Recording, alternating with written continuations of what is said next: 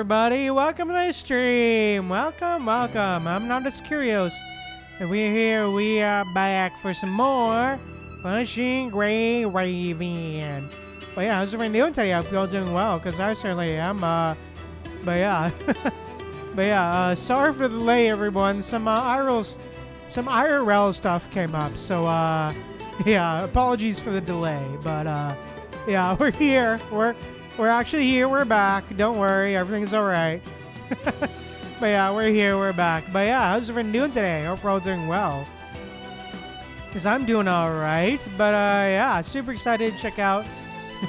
Continue on with the story here. So let's dive in. And let's go. I honestly can't wait to see. Honestly, I can't wait to see what's the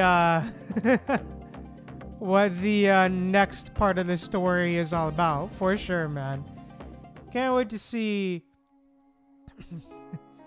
how much has changed in Lamia's portion of the story from what it looks like we're going to be doing Lamia's portion of the story. But, yeah.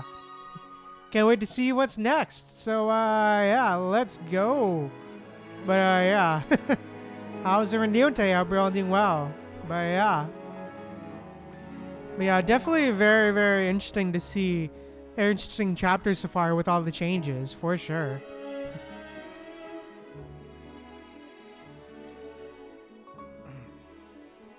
But, yeah. I think with that said, let's dive in. Without further lollygagging, let's dive in to the story. Let's go. Oh, wait, no. Wait, hold up.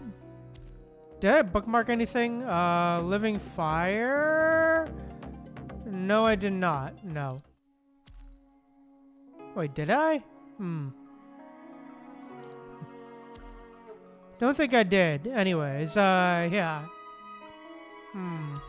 Wait, did I? 1 second. Did I bookmark? Was I somewhere? Or did we end that node already? Let me see, actually. Give me a minute. Let me check, actually. Sorry, it's been a minute. Sorry, it's been a minute.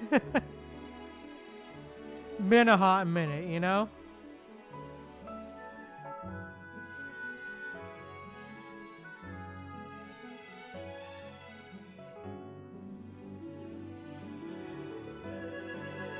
Okay, no, we did end.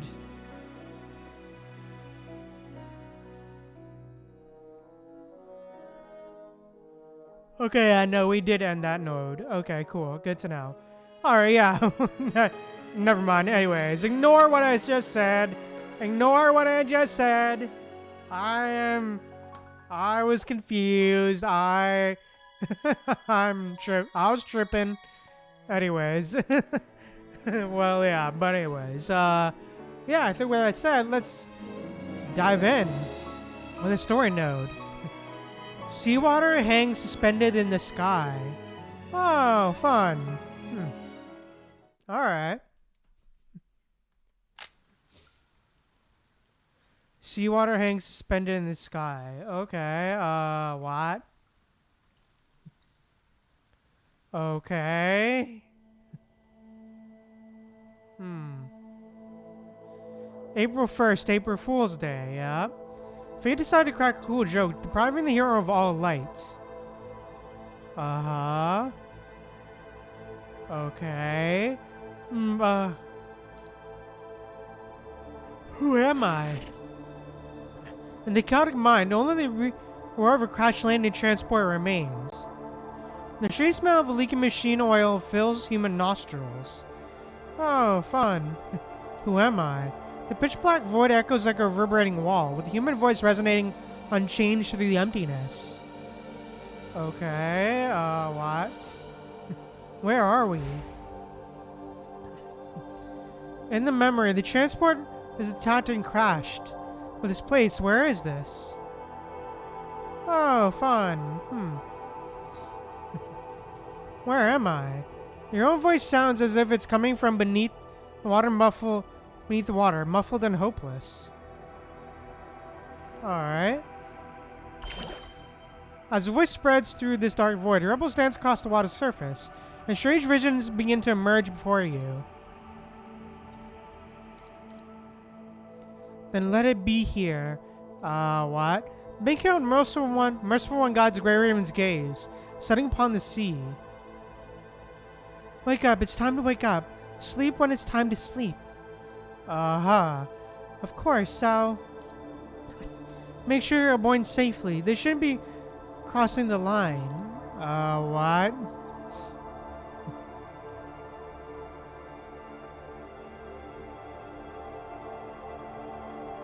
Okay. Accompanied by a mournful, lingering cry, like a whale song. Everything before her eyes gradually comes into focus. The bottom of the sea. This is the bottom of the sea. I am Grey Raven Commandant. I am the Grey Raven Commandant. Your gaze moves from top to bottom, observing from a higher form this enormous whale-shaped coffin and lives struggle within its embrace. Oh, fun.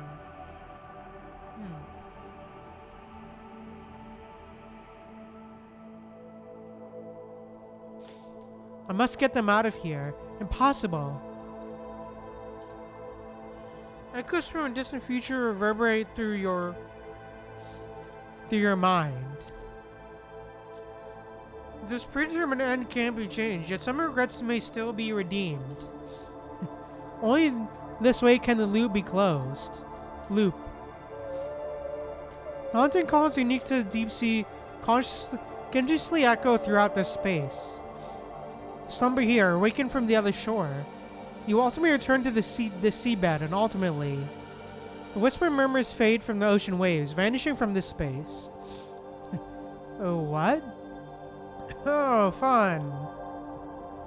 Your consciousness slowly sinks into a profound dreamscape. Great.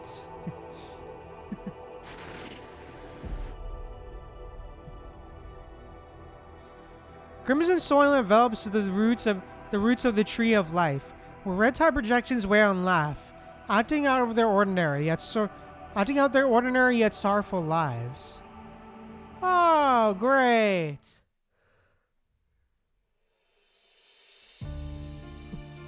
The Ancient of Darkness gazes coldly at the screen, examining the objects hanging from the treetops behind it, absorbing the red tide like blood bags.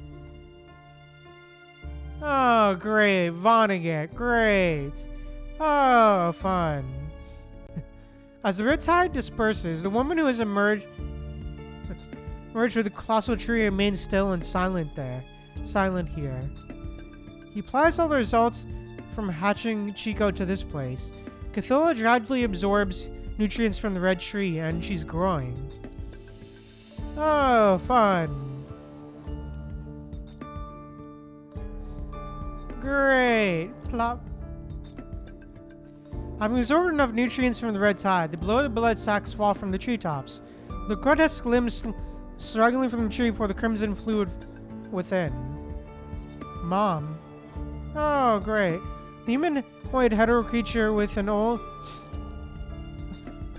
appearance stretches its tentacles, gazing at this world in confusion. Another defect. You frown, slightly dissatisfied with this result. These seafarers are all samples copied from Lethos' deceased consciousness. He tells Lethos their goal is to make hetero creatures more human-like in order to advance the evolution of the red tide. Oh, fun.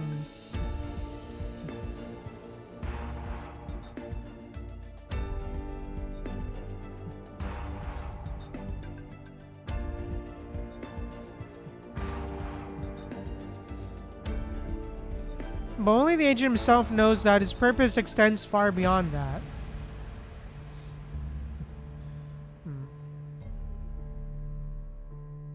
After confirming once more that this seafarer is still nothing but a pure replica, Vonnegut irritably flicks his hand away. Oh, fun.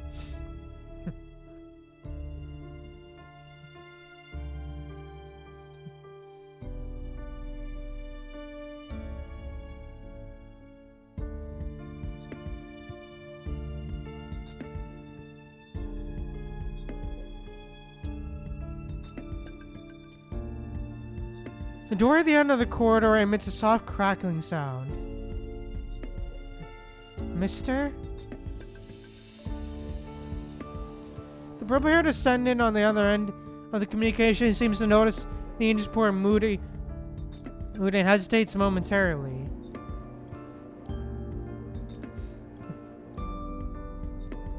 Speak. I'm getting word that Kagawa Kurono's dead, taken out by his adopted daughter, the girl known as Alyssa. Hey. Vagnet's eyes narrow as the name clicks. So what's the deal with Utopia? Utopia's mind fusion experiment is a bust. That's old news, about 10 days old now. Damn.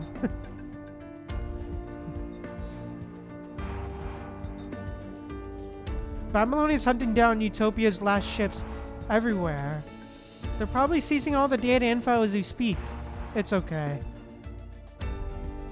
Utopia is just a fallback anyway. What about armor? Utopia's only successful test subject. Also snagged by Alyssa. Okay. He's keen on the armor, but this girl, Alyssa, has already grabbed Babylonia's attention. Trying to get it back now would just stir up her hornet's nest. Yeah, alright.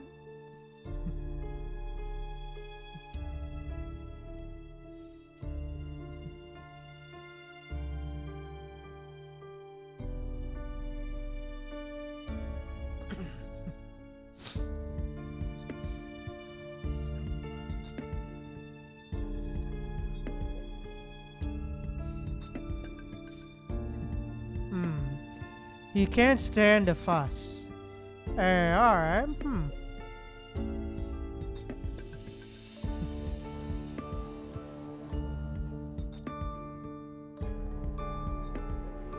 Alright then, sir. I'm out of here.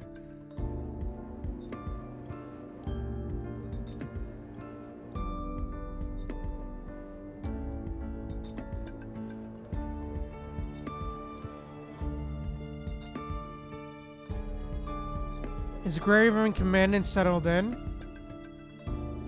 That one dumped in.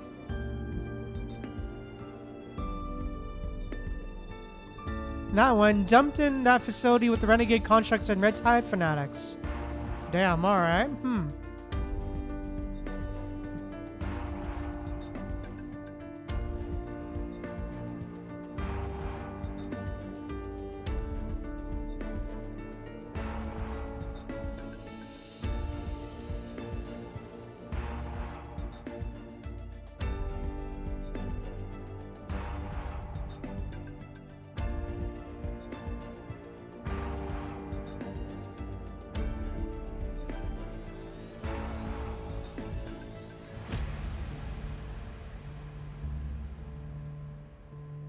Commandant still hasn't come to. Probably from a head injury in the transport crash. Oh, fun. Great, we're dealing with this plot again. Great. Yes, keep a tight leash on the Commandant. Fill me in immediately on anything that happens. I'll let them know, sir. Lethos waits a beat, and after making sure Vonnegut has nothing else, quietly cuts the connection. Cathilla. The Dark Engine lets out a soft sigh. Oh, fun. We couldn't care less about anything else now. Not Utopia, not the late Kagawa Kurono, not even the mind fusion project that went belly up. Oh, fun. All he cares about is what is right in front of him. Cathilla, about to hatch its egg. The mysterious tower that still hasn't shown up. Oh, the tower, where did it go? Oh, fun. Great. Have you gotten any other information? Another consciousness inside the angel's mind quietly answers. No. I can't predict anything more. Not what's going on or going to happen or when. Too many things I've never seen before have popped up. And I've even run into the Babylonia Central Purification Core upgrade. Oh, fun.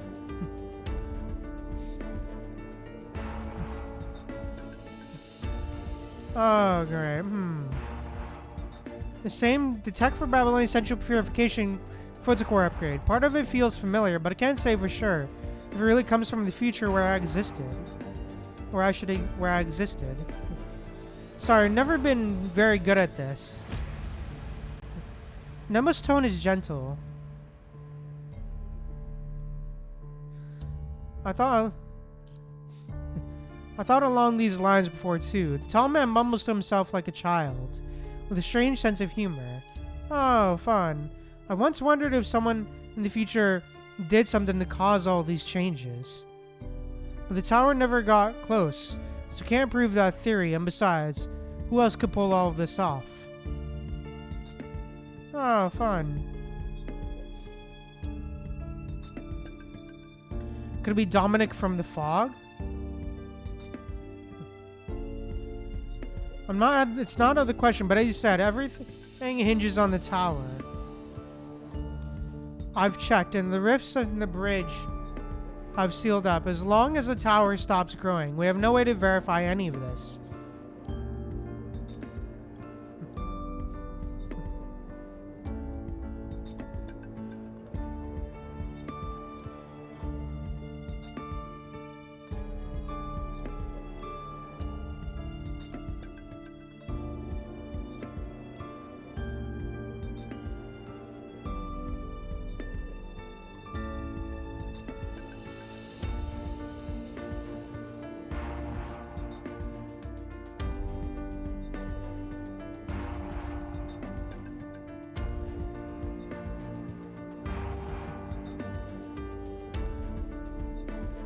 Maybe it's for the best.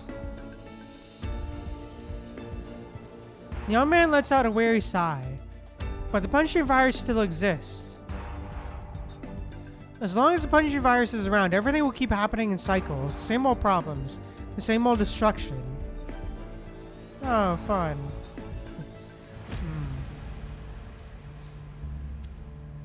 The agent falls silent for a moment, mulling over a solution. Okay, that ain't great. Ever since he stopped the tower, noticed the tower stopped growing, he lost his way of sending messages through the header tower.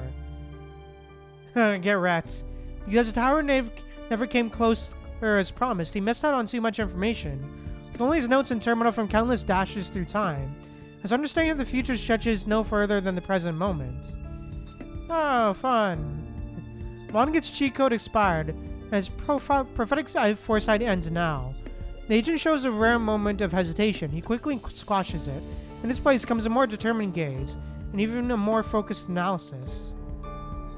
The cradle of deep blue is steadily breathing the key, but if the tower is gone, how can the key even be used? Dominic over this world vanished at reactor 1 of the 0-point energy burst? He mutters without thinking. Professor Trout?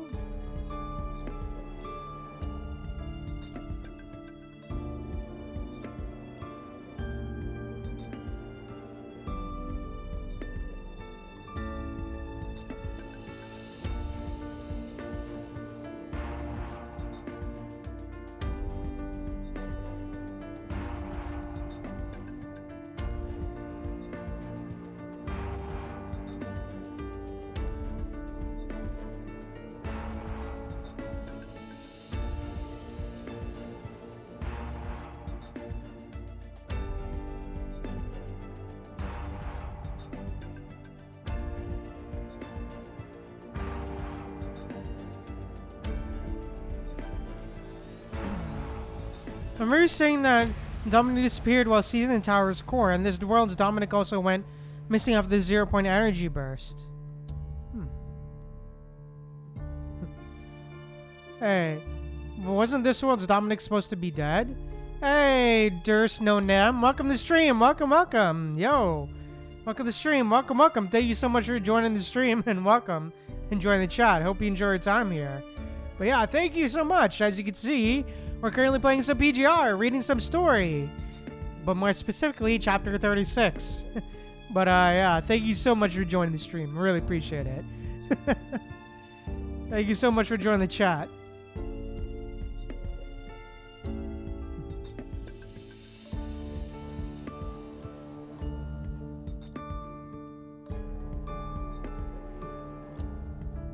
No, not necessarily. If you die from the punishing virus, then 0-point reactor number 1 couldn't have been sealed since the 0-point energy reactor number 1 is successfully shut down. Oh, okay, no problem. There's no Nem, no problem. That's alright.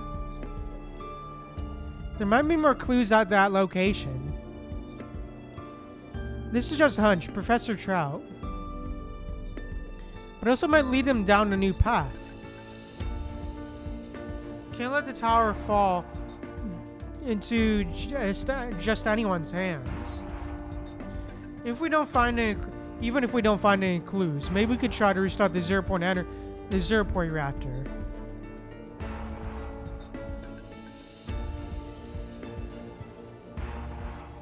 Since the punishing virus showed up because of 0-point energy, maybe when we reactivate the 0-point reactor, the tower will also respond. Hey, welcome. Hey, there's no number. Welcome to the YouTube chat. Yeah, welcome. Welcome back. The young man, hidden deep within his consciousness, just thinks silently for a long time.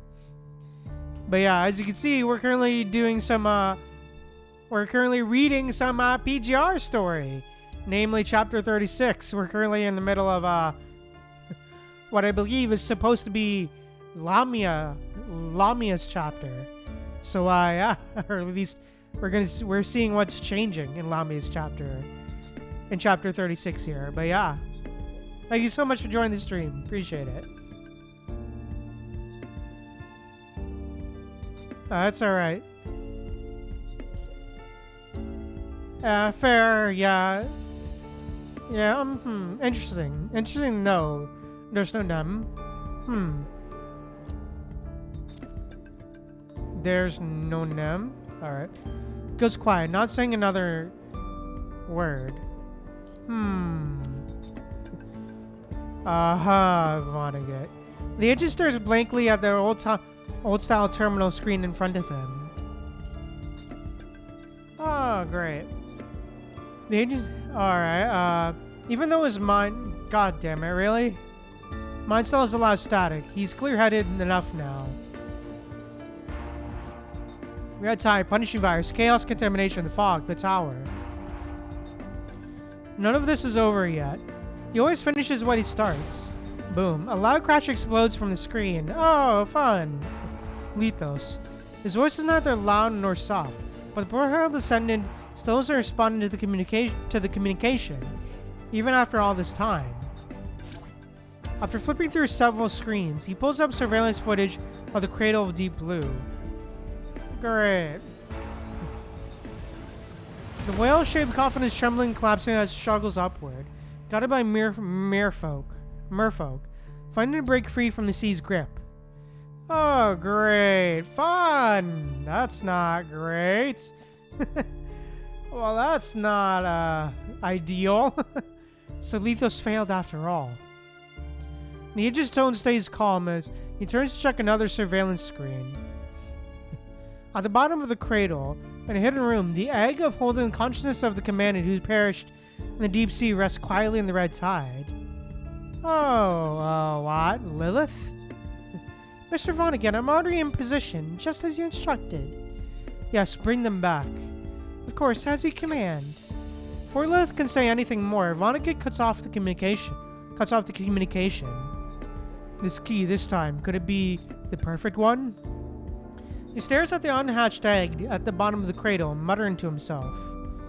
Oh, fun. A vague, unceasing noise fills the space. The lost hero, the human, not just the Grey Raven Commandant, is reliving everything that happened in the deep sea within a narrow dreamscape. How many times have these events been relived? Deep sea's dim light, the suffocating walls, the parting last words. Oh, fun. It's like a lone traveler who knows an abyss lies ahead, but stubbornly presses forward, never looking back, charging resolutely toward the next death. The loop. The reluctant reversing gears, like the most precise instrument, seals the final fissure. Wait, hold on. Predetermined end can't be changed. Yet some regrets may still be redeemed, right? All I need is a little bit more time. Dreamscape suddenly solidifies at a certain point, a dull pain slowly wailing through the brain. Oh, fun. People imprisoned at the bottom of the cauldron pry open all the shelves, storing people's copied consciousness.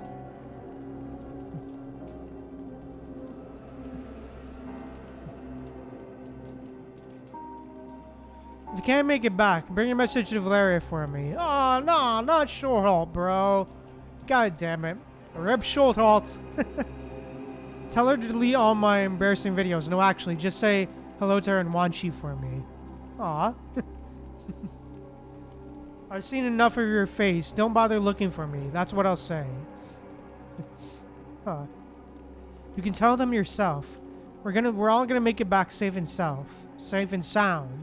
God, not safe and self. What the heck is safe and self? Yes I did. There's no name. Yes I did. Get her. I did, yes. Although I will say I did break... The way I got her was basically skipping her affection story, basically. Because I'm not caught up with it yet. To the point... Because I heard there were spoilers, so I basically just skipped it to get her, basically. I will come back at some point and circle back and get her. And read the actual story, but yeah. Wait. The brain churns like mud, the tongue freezes, and sorrow burns a path down the throat as it slowly lets slip an unshakable hint. Oh? Or maybe we should leave something behind. Something like keepsake. Something we could look back on together when we have some downtime after we're out of here. That might be nice. Of course. The group doesn't bat an eye before making their call. Oh, fun.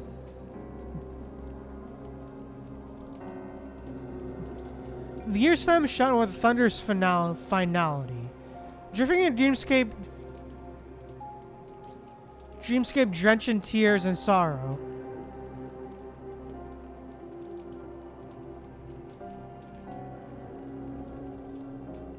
Alright, good to know.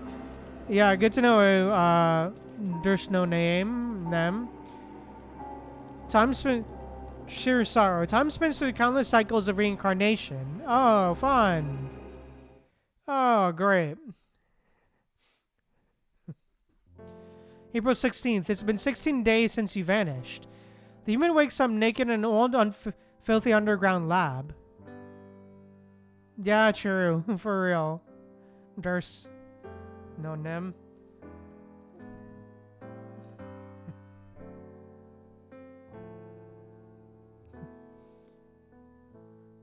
Oh, great. After riding out another crisis involving the Forsaken, Grey Raven finally gets the commandant back. Memory, personality all there. Aside for a few minor scrapes here and there, a gap in memory from April 1st to April 16th, the commandant seems perfectly normal. Ooh, the music, aw.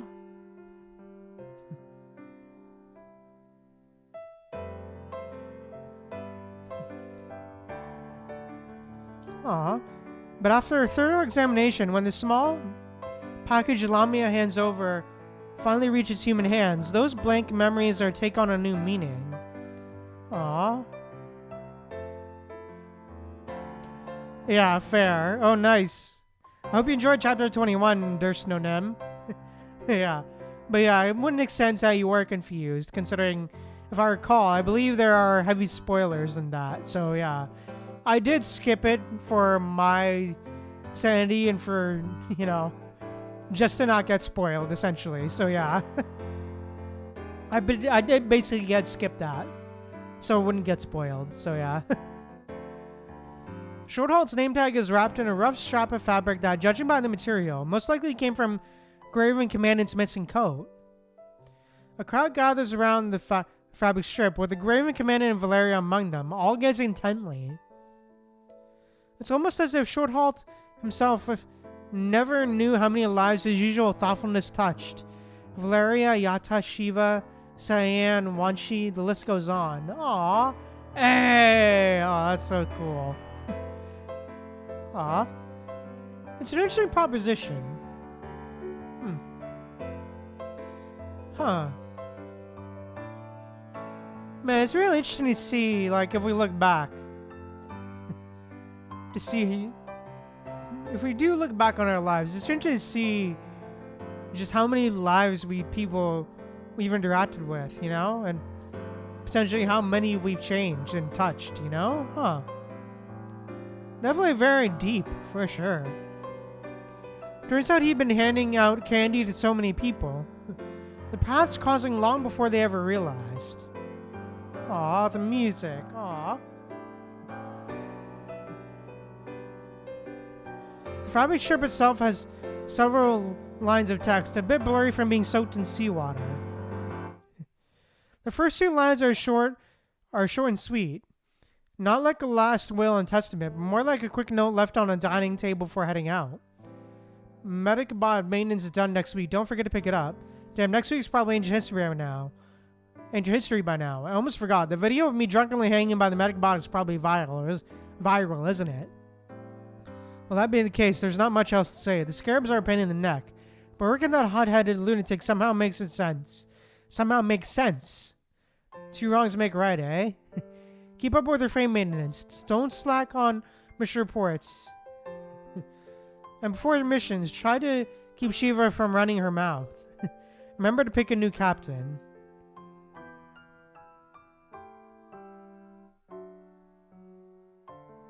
Yeah.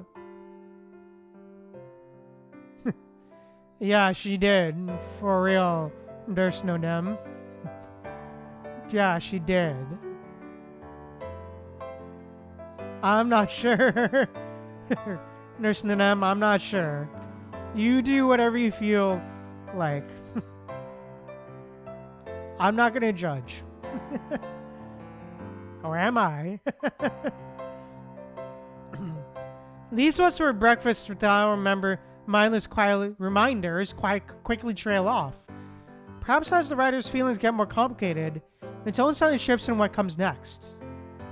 My limbs are gone. I'm not sure if they're using them as a bait, but don't fall for any traps. Speaking of which, my body has been copied so many times. Even though the one's calling the shots right now is truly me, I can't shake feeling somewhere far off. Another me still on this difficult journey, making their own choices. If you ever run into another me, you've got the blessing to call the shots on whether they stay or go, live or die. If I messed up or done something out of line, don't even think twice. Putting a bullet in me is the best way to handle it. Oh, great. Valeria, I'm sick of the sight of you. Don't be in a hurry to track me down. Valeria doesn't say a word. She tosses the cloth strip onto the table and walks away. Aw, Once she picks up the cloth strip and keeps reading. Once you and Pello knocked it out of the park. You didn't make a single mistake. I just hope we run-of-the-mill adults haven't let you down too badly. My bad. There's something off with your mother's records, and Pello's death also seems pretty fishy. If you want to go digging for answers, then go right ahead. Sion's mind's disruption still hasn't healed. He's got some emotional baggage. If you hear about any new treatments, I hope you try them on him whenever you can. It'd be great if you keep an eye on Thompson's son. After Thompson passed, I looked into it. His son seems to have already joined the engineering force. Aw. I'm pretty fond of your Shycock team. At least the captain seems like a good egg. And the Dark Quiet one is pretty cool too. Stick with Conway and make the most of your time with Shycock. Aw. Aw. Aw. That's nice. The Graven Commandant is also top-notch. This one is right here beside me now. Dishing out tips on my writing style from time to time. If you get the chance down the road, they're definitely worth getting to know better. They're just too many old friends worth saying goodbye to, and I can't get to each one individually. So I brought up with the few who really need the most looking after. Finally, also, a bunch of lines are just haphazardly scribbled out with messy black marks. I'll stop there so don't ramble like an old mother hen. Aw. And who knows, maybe the Graven Commandant's right and we'll actually make it out of here. In that case, I'm definitely not letting you see this message. Short halt. Aw. Aw. That was a beautiful farewell letter, man. Aw. What a beautiful farewell letter. Oh, nice. I'm glad you got a new phone. I'm glad it performs well. There's no Nem. I'm glad it performs well. Unfortunately, I don't have a gaming phone like that, but... but yeah. Anyways. Unfortunately, I don't have a gaming phone like that, but yeah. Yeah, it's alright. There's no Nem. It's alright. But yeah, unfortunately, I don't have a phone like that, but I'm alright with my current phone right now. I'm still alright with my current iPhone, so I'm good.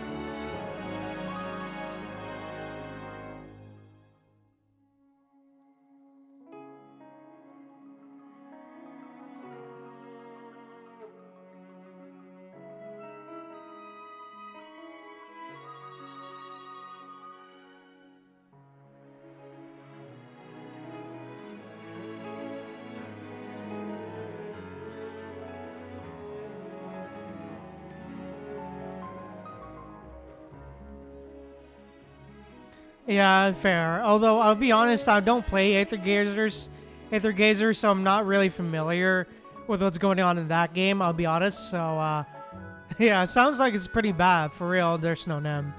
For real. But yeah, unfortunately, I don't play Aether Gazer, so I can't really have any input there on that. But yeah, anyways. Yeah, just, I hope you're able to sort out your Aether Gazer issues. Yeah, sure. Huh, interesting to know. Interesting to know there's no Nem. Interesting to know.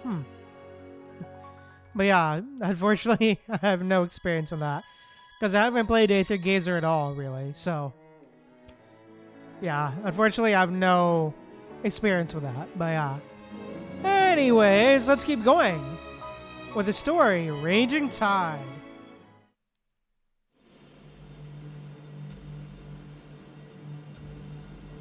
You're caught in a deep dream. Oh? Oh, great. In this dream, you're running nonstop, as if you're fleeing something and chasing something else all at once. Oh, fun. Great. Oh, great. Fun. Oh, fun.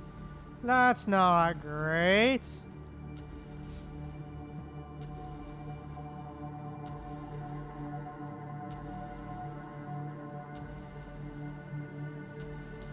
Oh, well, that's not fun. Anyways. Footsteps echo down endless corridors as an inverted hourglass slowly brings your blurry memories back into focus. There's a metallic tang of blood mixed with vital fluids, the inky black seawater. People stuck at the bottom of an abyss, endlessly reliving cycles of despair until that one whale song. Oh, great. The blank memories suddenly burst with colors. With the colors of the ocean depths, you faintly catch the sound of a woman's soft sigh. Oh, nice. That's good to know. There's no Nem. Good to know. Hope you enjoy it. For real, there's no Nem. Cold sweat has unexpectedly drenched your forehead as the thunderous roar of the transport aircraft pulls you awake from your deep sleep. Oh. Oh, great. Interesting. Alright. The strange fantastical memories are like bubbles decorating the night sky. Once you're awake, they gradually disappear. Interesting. Commander, we're almost back at Babylonia. Okay. Are you alright, Commandant? Noticing your discomfort, the ever-vigilant team members immediately gather around you. Vital signs are normal. Could there be a glitch with your mind beacon? Or perhaps the environment. Is there something off with this transport aircraft? Lee stands up, eagle-eyed, checking the instrument readings on the transport aircraft.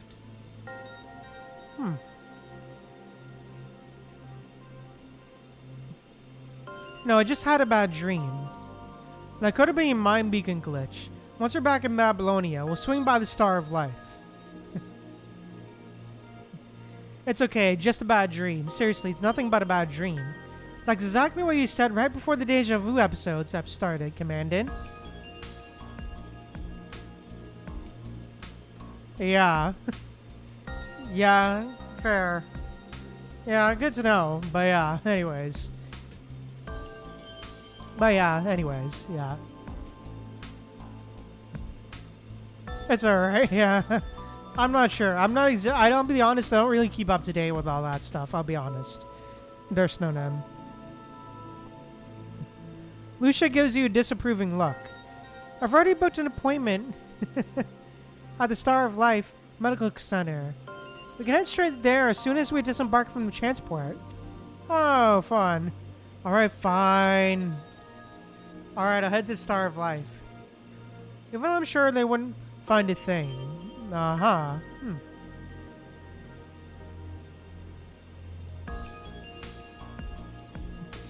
As the transport glides through the sky, you find yourself unable to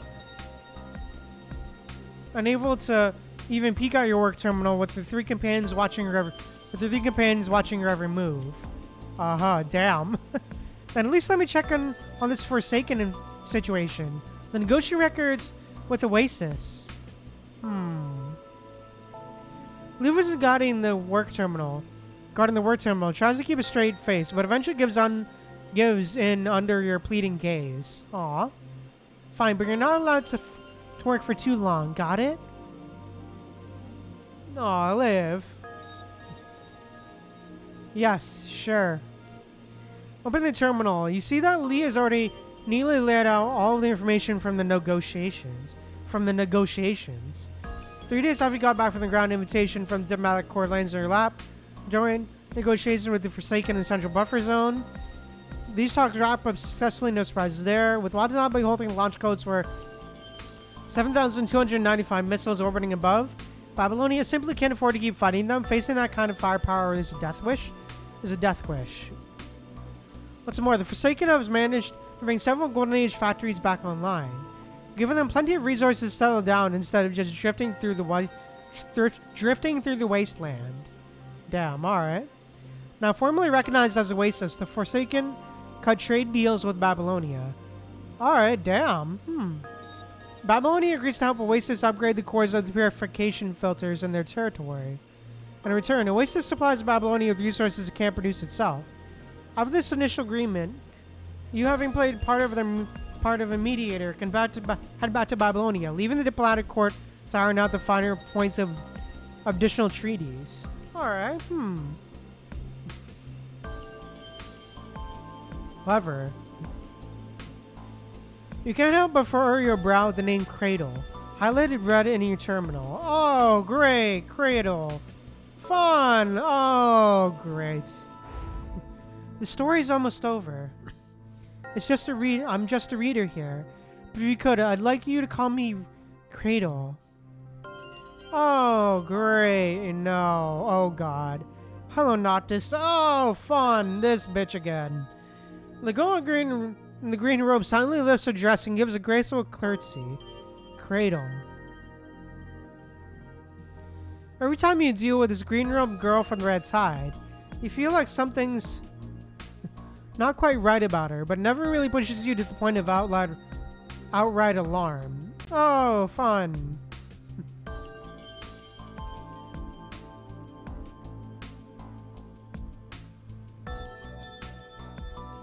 I mean, it should. I'm here to pick up what's been thrown away. Are you control of the dead zone? Control isn't the right word for it. But please forgive me, I just don't have the words to accurately describe my connection to this land yet. A connection to this land? Could a very existence be tied to that tower that still hasn't come down? There's no way to tell. You firmly circle the name Cradle in red, then shift your gaze to another message that's been sitting in your inbox.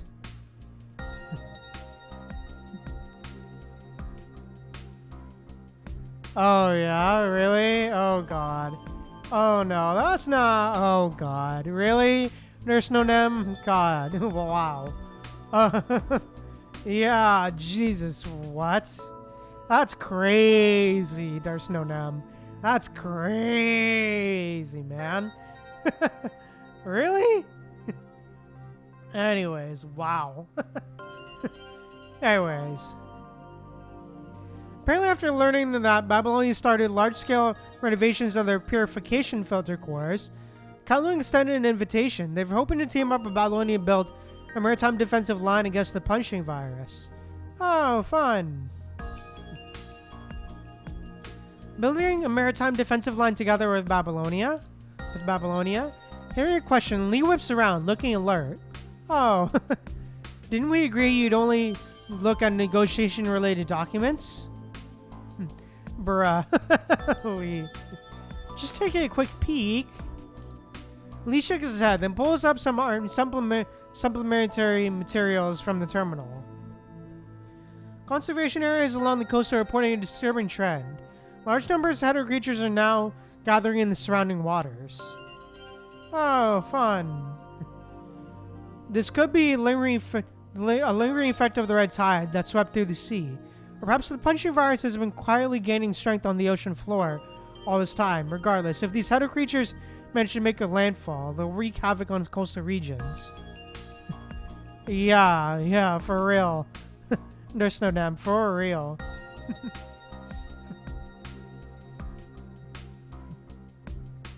Aw.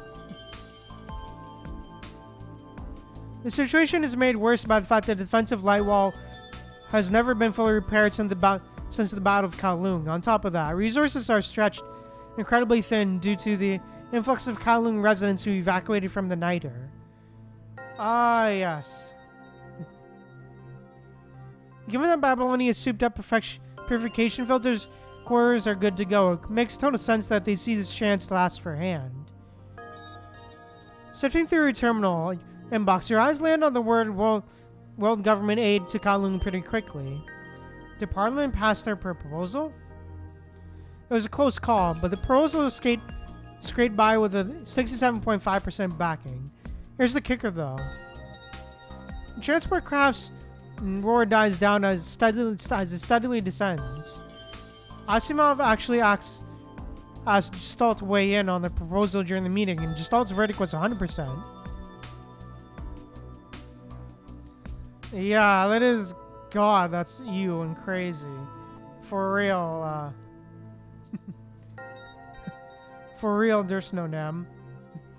God damn. Okay.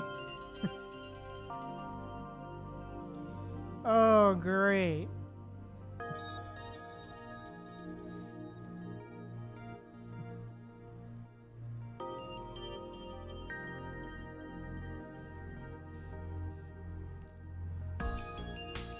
%. Ever since it was set up, Gestalt almost never gave a proposal its full blessing. What on earth could that mean? Oh, fun. Before we can chew on that thought any longer, Liv comes back after stashing the supplies and grabs your arm. We've landed, Commandant. Bruh. Yeah, it's just, yeah, I've seen some things. For real, there's no nem. Yeah, it's just, yeah, no. Yeah, yeah, it just sounds, not great. Especially considering, you know, what Cradle is and all that. Especially ever since we see what happened, in future chapters, at least. Alongside the atrocities Cradle has committed, but yeah. Yeah, I've got the ride waiting. Let's head straight to the Star of Life. Without another word, the three of you usher you into the vehicle bound for the Star of Life. Accept the situation. I feel like your unspoken resistance just melts away under the gaze of the three figures in front of you. This ride actually looks pretty sweet. This other terminal blares the latest news from Babylonia. Oh, fun.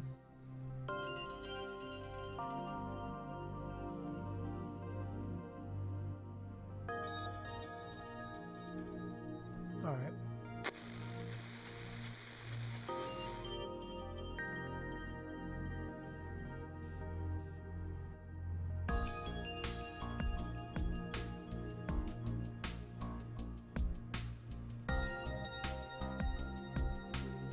Babylonia just struck a deal with Kowloon. The agreement has a series of clauses. Babylonia will be helping Kowloon beef up Kowloon City's light wall defenses and pitching in to build up its defense systems, among other things. Oh, fun. Okay,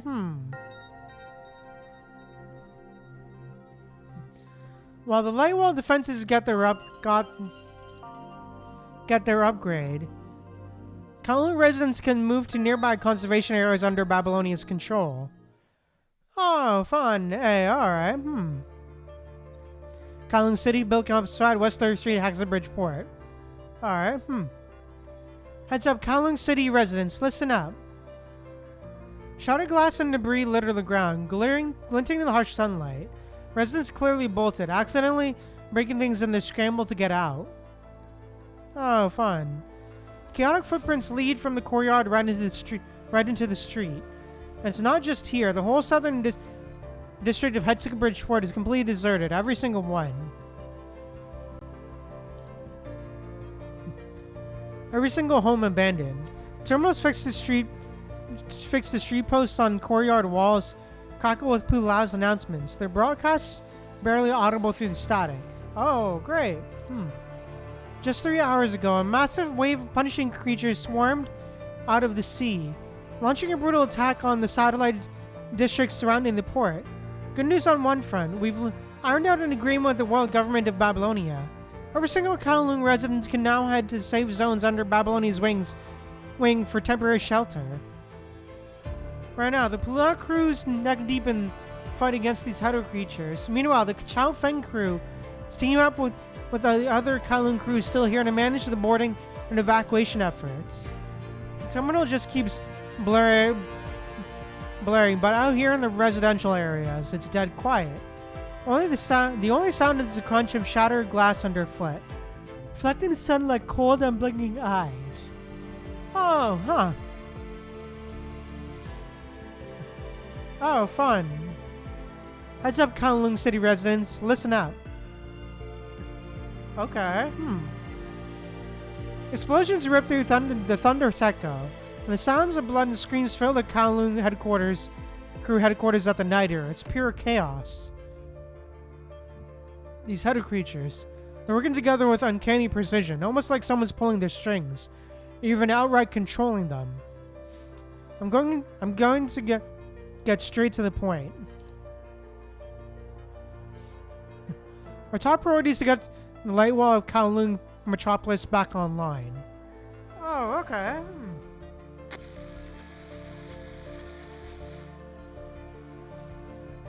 Attention residents of Kowloon City, please pay attention.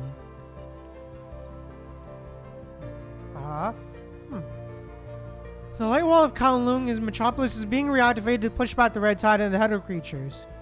There's a snag. Kwashu is currently under an unknown attack, so can't bring its full competing power to bear to pinpoint targets for the light wall's defenses. Light wall reactivation protocol kicks off in 30 minutes. All sectors listen up. Get out now. I repeat, everyone evacuate immediately. Industrial Center main control room is south Hexabridge Port. 10 minutes before the light wall reactivation.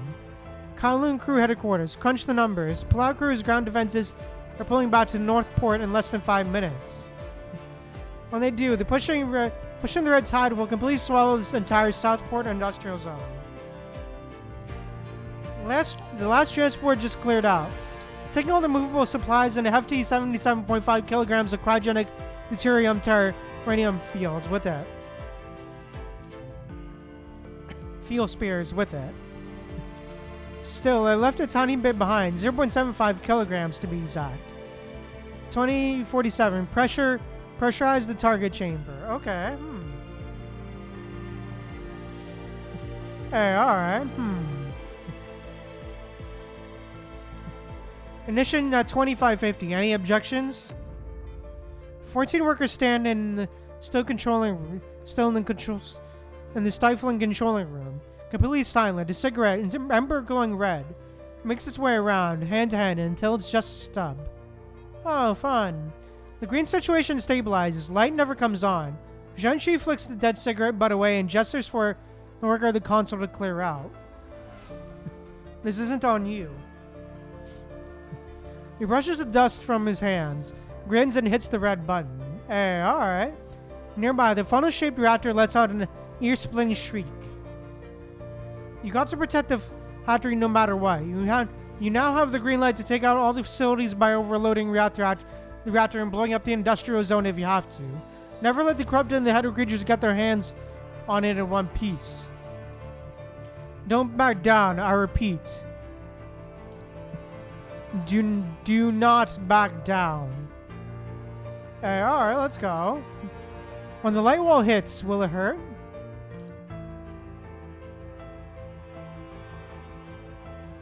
No, it won't. Ask Fushi. It's going to be a scorching hot. We won't feel a thing. Good, that's good. Aww. In the streets, the last remaining crowds huddled together, scrambling toward their last-ditch hope in the valley. Citizens of Kowloon City. The Lightwall planet has managed to slow down the Hedra creatures on the red tide. But the Hedra creature is still pushing forward. Any Kowloon residents who hasn't made it to a safe zone yet need to head to the underground ring right away. Oh, fun. Please take shelter inside Tabula Kasha right away. I repeat, shelter in Tabula Kasha immediately. Oh, fun. 1,000 meters physical layer of Tabula Kasha. Alright, From high up in the Tabula Kasha, Q, the ruler of Kowloon, looks down at the Kowloon citizens and shelters. And the shelter areas below. Huashu, what's the situation? Roughly 285 people still haven't evacuated. Everyone else has moved to the compartment underneath the Tabula Kasha.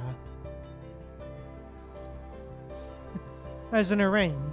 We have 16 minutes and 32 seconds until the Hedra creatures break through the Tabula Kasha's physical lair. Firewall penetration is expected in 1 hour and 25 minutes. Get ready to open the central server room. Damn. Where's Duheng?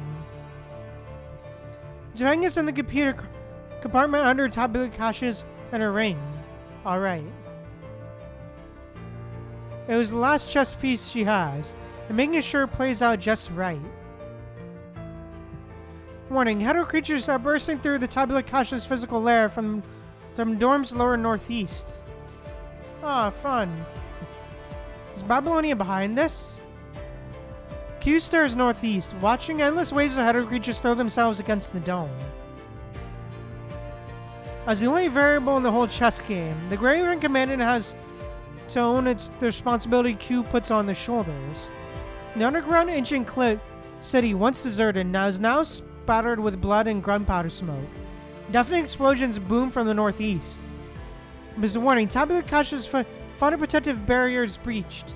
Oh, fun. So this is it. The dark green-haired woman His face is grim as her glaive suddenly appears in her hand. She pulls out all the stops to protect Kowloon and Tabula Kasha from the punching tide Hua Shu predicted. She won't stop at anything. Hey, alright. Like a peacock diving through the air, her glaive cuts a path.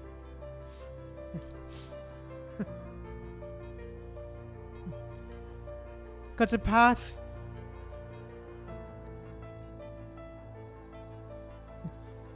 Her glaive carves a path of rigorous cold light as she strikes down the corrupted who'd broken through the Tabula Akasha's physical lair.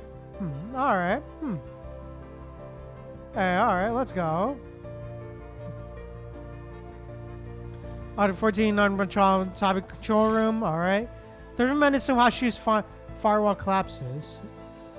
As Idle Creature Invasion pushes forward, Tabula Akasha's central room becomes a refuge, with more and more people pouring in. Hey, alright.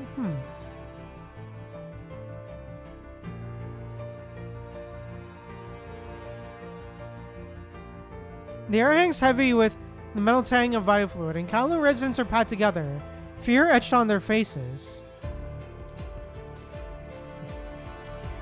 Oh, fun. In a small pocket of space, amidst the terrified masses, Kowloon's ruler is locked in a fierce exchange with someone. Oh, this guy again. Great. Who's that? It's Yin, Q's older brother. He was banished from Kowloon by Q himself after trying to stir up a rebellion. He's probably trying to leverage this crisis to get back into Kowloon, but his timing couldn't be worse. Many former Nida residents in Kowloon are already fed up with Q, but at a time like this, a frown is creasing his brows. Chao Feng pushes through the crowd toward Q. Why would Q be clashing with him now? A strange image flickers in your mind, then it disappears. Only Q's voice cuts through the din of the crowd. I won't justify my actions. Now I will seek forgiveness, nor will I seek forgiveness. What you must do. It doesn't sound like he's changing Yin at all. She's changing Yin at all. Instead, it sounds like more like he's giving an order. Oh, fun. An assassin lurking in the crowd pulls the trigger. Oh shit, what?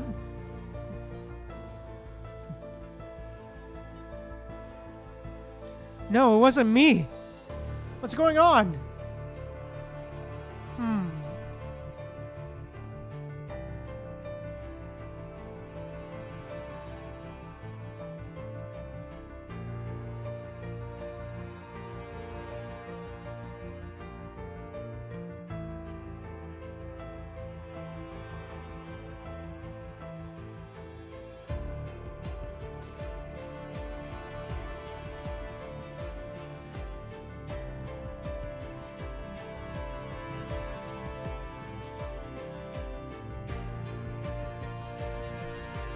A small fat woman emerges from the crowd. She's covered in dust and dried blood. Her eyes full of exhaustion and pain. She looks like so many of the Kowloon people have made it through this hellish night, but right now, everyone's eyes are glued to the still smoking dark barrel of the gun in her hand. Oh shit, what? Oh, great. It's a military-grade anti-construct pistol from the world government, fitted with special 9.3mm bullets designed to incinerate and incapacitate them. You can't get your hands on one without special order from either Parliament or the Purifying Force. Oh, fun. Some people just happen to have a connection for those special orders. It's all over now. Oh shit, Du Heng, hey! Oh shit, oh damn, 14, okay, 25 minutes to Hua Shu's firewall collapses. Alright. In just 10 minutes, 2 bomb shells drop back to back. The ruler of Kowloon shot dead. And the gun is used from Babylonia. Panicked Kowloon citizens slowly gather in a room deep inside the central server chamber. To make matters worse, the Hydro creature is about to breach the physical lair of Tabula Akasha. One thing's for sure, Q must have a plan for this exact scenario, but with the chess player off the board, how does this endgame even play out? Do hand carries Q and onto her back into a small conscious uploading chamber. After touching base with Lucia and Lee, you mull over your predicament. You must. Oh? You must, who's that? Why, who's there? Mind beacon is forcibly invaded, as if a whisper echoes within your very consciousness. Washu, as a variable, you must shoulder the duties of a variable. Q chose to trust you. Therefore, we will do everything we can to help you. Oh, fun. Until Washu's firewall collapses, there's now... In the main hall, everyone is locked in a desperate fight amongst the surging hetero creatures. Oh, fun. Shelfing raises his weapon, rallying the remaining Kowloon residents to form a defensive line at the central server's room entrance. Oh, great. The hetero creatures fled like a tidal wave into Tabula Akasha's physical lair. Grave and Strike Hawk rush back to provide emergency support. Crowding wailing gunfire, screams. Everything unfolds before you.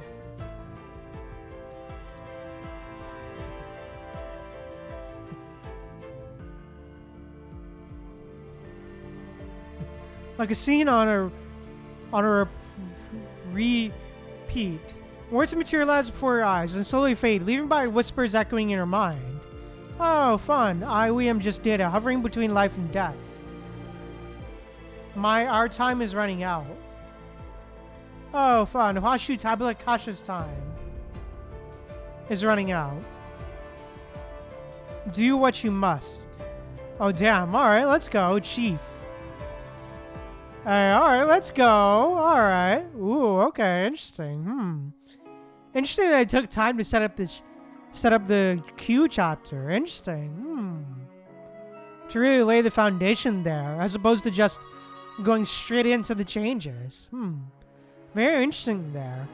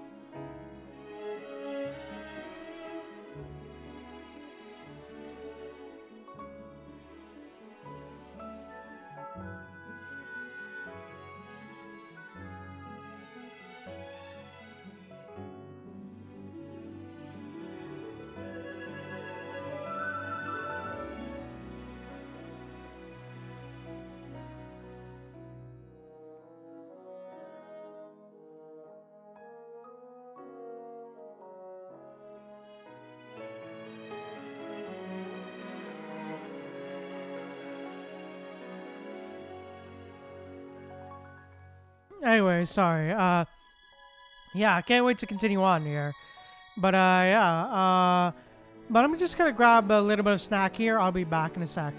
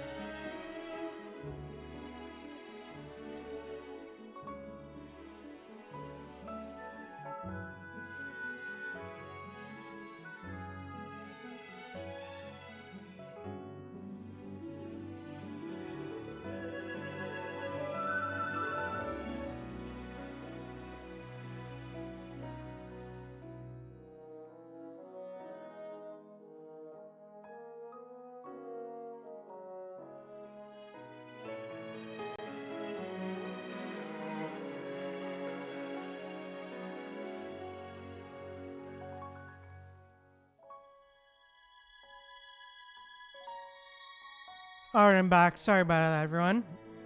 I just had a bit of a delay there, but yeah, I'm back with some raisins. But yeah, I came back with some raisins, so yeah, let's go. Shout out to some raisins. Raisins are always good, man. Always love me some raisins, for sure. Always love me some raisins. But yeah, anyways, let's keep going. Let's keep on going with the story. Tabula Akasha, let's go.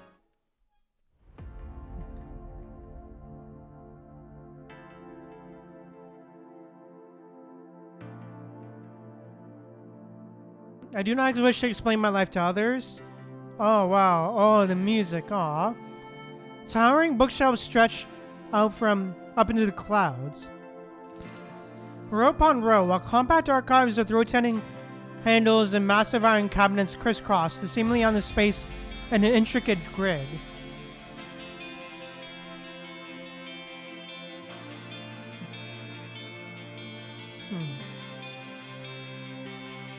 Alright. Oh there. Thank you for using Tabula Akasha. I'm Hashu. I'm here to help you get your mine data uploaded. Oh shit. All my life I've stumbled upon too many secrets that can't be shared outside of these walls, and I'm seeing countless versions of history come and go. Oh, the music. I've seen the lies in history, like when Yazi purged all of Kowloon under the cloak of night. Under the cloak of night. I've caught conflicts throughout history, driving out blood relatives who schemed to snatch my power. Aww. I've laid the groundwork for my historical progress, launching space fleets with Kowloon's backing. Aww. When all of this is set aside, when Q's life story unfolds across the tapestry of history. Alright. How will others pick apart my life? Rows of bookshelves interlock and fold like mortise and tendon joints, fanning out in boundless ocean that belongs to Q. The library shifts like rippling shadows. For a moment in time, countless versions of Q crisscrosses the sea of memory, weaving the life of Q's ruler, of Kowloon's ruler. Alright. Every thread of his story is softly intertwined and faithfully recorded within Tabula Akasha. Hey. How am I supposed to explain my life to anyone? Inside Tabula Akasha, or outside it makes no difference. The usurper is vile, defiling my lands. It broke into Tabula Akasha without permission, tampered with time, and twisted the meaning of war. It showed me endless visions of the past and future, trying to crush my will and steal my crown. But I never gave in. Let's go. I must keep on fighting because I'm the only one who can serve as the price Kowloon must pay for its future. The final divergence point of this ideal confidence simulation is your death. This unit cannot confirm the influence of uncontrollable variables. Time slips by, dew turns to frost. I've lost count of how many cycles I've been through in Tabula Akasha, but Kowloon will not stop here. I stand among the graves of countless blades and guns. I will drive out the usurper and protect Kowloon and Tabula Akasha at all costs. Hey, alright. I'll seize the threads of fate and hold fast to Kowloon's future. I shall. The mountains that shape Kowloon, the sun that powers Tabula Akasha. I won't explain my life to anyone. Only time and Kowloon itself have the right to judge me. Damn, what a cold line. Okay. That's a cold line. Okay, damn. 33 minutes to reset Hashu. Once Hashu is reset, it will expose all of Tabula Akasha's data to the punching virus. Even with Asimov, Villier, and Xavier rebuilding the code together, There's only 50% chance of taking Huashu back from Schultz. Babylon's task force has landed with the domain node. Hey, Teddy, stop them! If we can't stop them, at least block them outside for now. What's wrong? The troops that arrive later, they're already setting up domain nodes. Tell them to take those damn domain nodes and get out of the city. A weary figure appears outside the tent, carrying someone on her back, with a weakly wounded Palau by her side. I'll say it again, tell them to get out of the city. If Babylonia decides to deploy the largest arsenal against Kowloon, I will take down every person in Babylonia, single person in Babylonia. Kyu? You said it. I'll take responsibility. The ruler of Kowloon returns to her throne. Damn, alright, let's go. Alright, let's go. Ooh, gameplay time, let's go.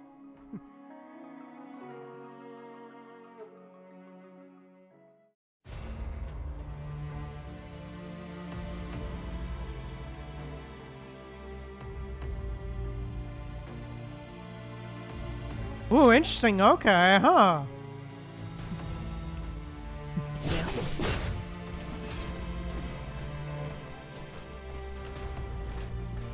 God damn it, really? Very interesting. Okay, there's different towers. Okay,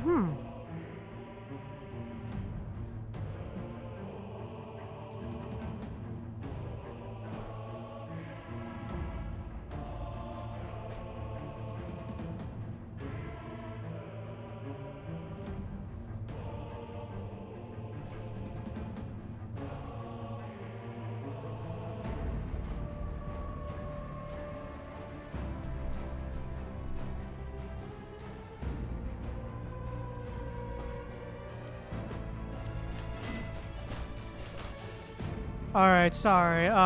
One sec. Controller doesn't seem to want to connect, so 1 second.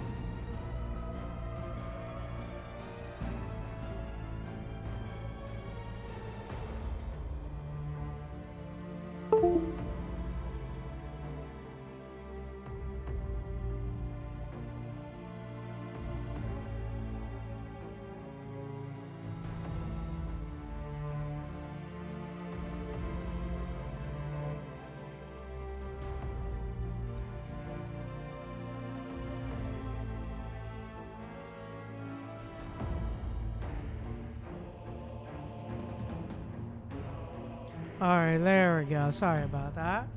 Sorry for the lag there. There we go. Anyways, there we go. Alright, there we go. Is this all I have? Out of the way! Blue, Boom, got him.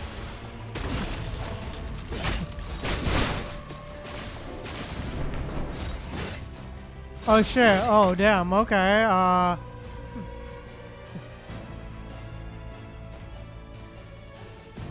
to help. Okay. All right. 84% holds in. Lever gun on enemies. All right. Yeah.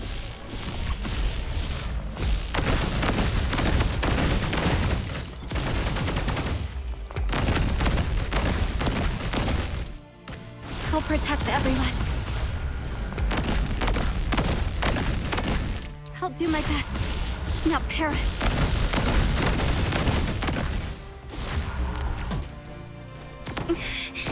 I'm fine.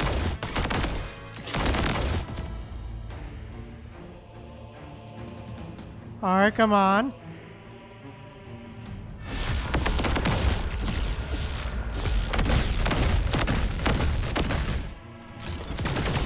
I'll do my best. Not perish. May the stars Got light him. your Boom. path towards the Let's abyss. go.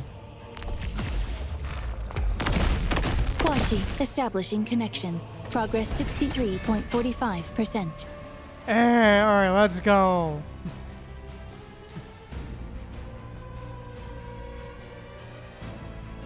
All right, let's go. Time to do the assault. Let's go. Boss battle time. Hey, all right, let's go. Partial module restoration complete. Computing power units received. Activating support program. Engaging cooperative battle protocols. Let me help. Aw, Karenina. Hey. Oh, great. This thing, right. Define successful evolution!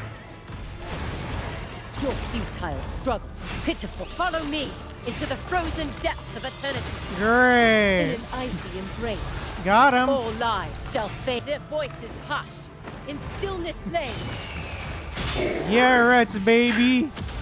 This is your futile struggle is pitiful.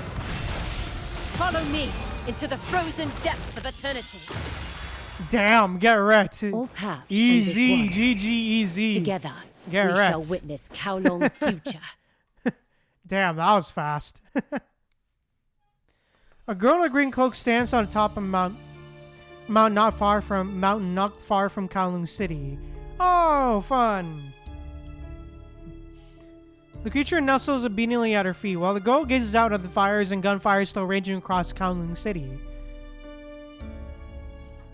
Huashi reboots. The Emperor forcibly seizes control, only to fall at the blade of Kowloon's ruler. Lol, get wrecked. This is what civilization looks like. A tale of war and hope, decline and revival. It's the same script every time, yet each version plays out differently. Fascinating. Defeat is imminent. Babylonian support force brings an improved central purification filter core. With help from Asimov, Xavier, and Villiers, it's quickly brought online for emergency use. It doesn't match the power of the full-fledged central purification filter, but it's enough to push back the red tide and clear the hetero creatures from Kowloon City. So why did it agree to that Emperor's proposal for that moment? Oh, fun. Kratos lowers her head and gently strokes the hetero creature at her feet. Okay. Her voice is still soft, but the creature flinches in fear, too frightened to move. Kratos longed for the deep cultural roots of Kowloon. Knowledge stored within Tabula Kasha was like forbidden fruit from Eden, luring her to reach for it. But even someone with no grasp of tactics could see that this isn't the right time. The red tide hadn't reached full strength. So obituaries flowing out from the dead zone alone aren't enough for the hetero creatures to go head-to-head with humans. And when Schultz proposed a partnership, Kratos accepted without hesitation, as if it was only natural. So natural, in fact, that both sides found it strangely unsettling. Was it because the Emperor's code managed to infiltrate the Red Tide? Gretel's hand comes to a stop, and the cutter creature at her feet lets out a low, involuntary whimper. Oh, fun. Oh. Easy now. Don't be scared. Low murmur pulls Cradle from her thoughts. She lets out a quiet, mocking laugh, hands still moving as she gently soothes the cowering header creature at her feet, all the while pushing aside the absurd theory forming in her mind. They aren't from the same civilization. Schultz shouldn't be able to control her with simple data the way he did with Hua Shu. She lifts her head again, eyes passing over war-torn Kowloon City and narrowing as she looks towards something farther away. A bigger story, one that spans the whole world?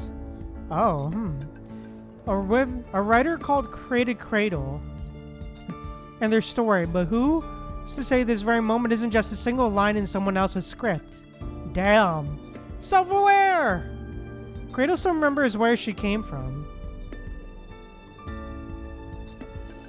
That is an unfinished novel you've been writing on and off over the years. A post-apocalyptic world, a calamity named The Sound of the Tide, lost wisdom of the ancients, a journey into the abyss. Pretentious wording and rambling nonsense were just the author's bad habits. No one but the author ever had the patience to finish reading it. She's born from that story. Oh, great. The Red Tide reshaped her body. The sound of the tide gave form to her will. She is Cradle, a being born of the Red Tide. Ah, yes. She will lead the Red Tide across this world. Her mission is to forge a civilization of its own. Oh, great. If this world really is a story already written, then what part am I meant to play in it? After a brief pause, she lets out a laugh. The green-robed girl dissolves from the hem of her cloak, becoming a surge of red tide rushing toward the forest. She needs to find the source of that dissonance. Cradle wants to know, has the script truly written, one that includes her name? Most importantly, the red tide surges more violently as it moves through the forest, like ink from an invisible pen, riding across the earth. And is the story interesting enough? Oh, great. Attention Kowloon residents. The battle's nearly over. The header creatures are pulling back. After the surface of the Tabula Kasha collapsed, the Babylonian support force that had been fighting along the city perimeter immediately switched to rescue operations. Kowloon crew also began scouring the city for survivors without pause. Disaster relief supplies can be collected at the left side of the Kowloon crew headquarters. Any residents wishing to join the temporary rescue team should register on the right side. Yeah, alright.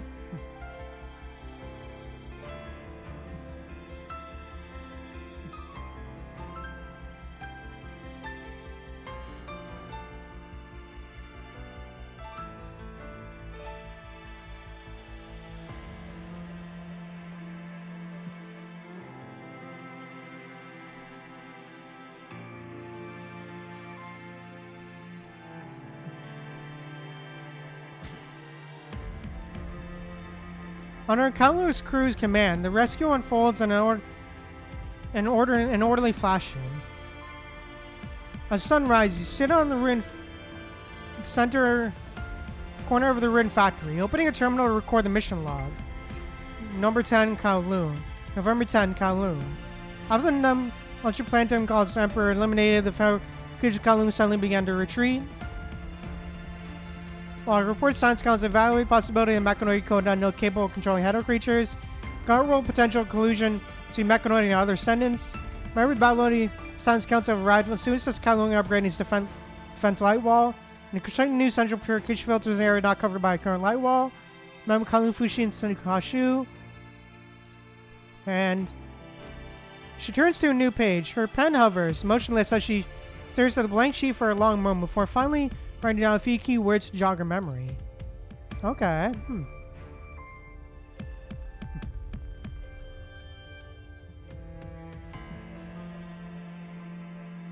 Input invitation. Invitation. The familiar deja vu. Piece itself together and to scattered fragments deep within her mind. An invitation. Tiny storage card Q gave her now resting quietly in her palm. Seems like something he wanted to give me to you. Who is he? Someone I met in the computational world of Tabula Akasha.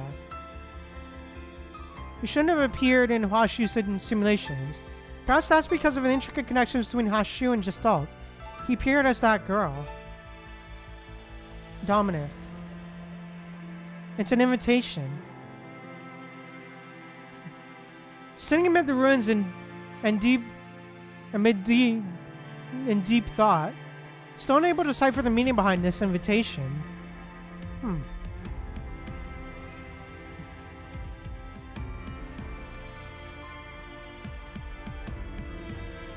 The deja vu has grown more and more elusive, evolving from fragments of words into scattered broken visions. Perhaps everything is moving toward the best possible future. Hey, alright. Stand up, put away terminal. Under the morning sun, the battered ruins of Kowloon begin to stir with new life. Hey, alright, nice. Hey, okay, cool, interesting.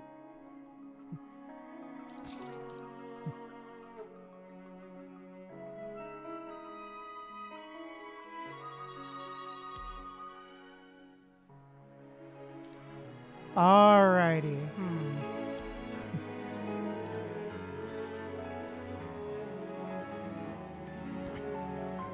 Alright, sorry, sorry to leave again.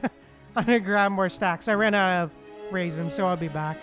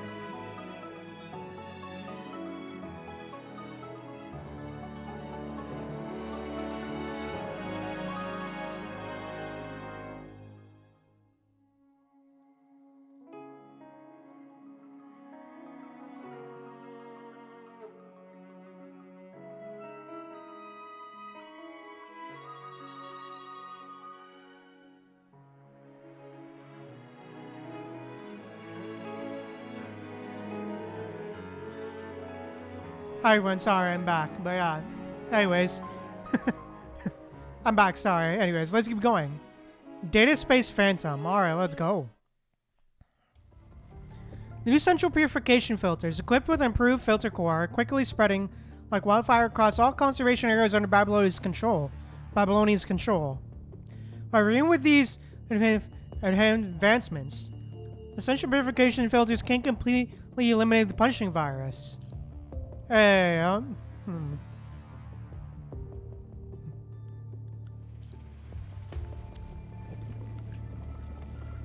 While the filters drive it away, the virus slowly reforms in areas outside of the safe zones. In places without the new filters, dead zones gradually emerge into vast regions, becoming breeding grounds for Red's hidden and more hetero creatures. These creatures are slowly evolving. Now, the people of Babylonia have no time to worry about these looming disasters. The elites have unanimously shifted their focus from the external threats to internal affairs, specifically fixating on information leaked from Gestalt. More precisely, I'm obsessed with a timestamp attached to that information. There's nothing in Gestalt that corresponds with this timestamp. Aw, Teddy. Hunched over the console, Teddy explains to the person beside them without looking back. Their hands never pausing as cascading data and complex command windows flash on the screen.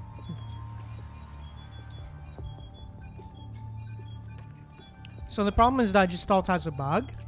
If that were the case, the response team would have to have tomorrow to handle the chaos this bug would cause through Babylonia. It's not a bug. Someone's pinpointed its time period. I'm just the unlucky soul who got stuck with the mission of tracing this timestamp back to its original coordinates. Lol, rip. What do you mean?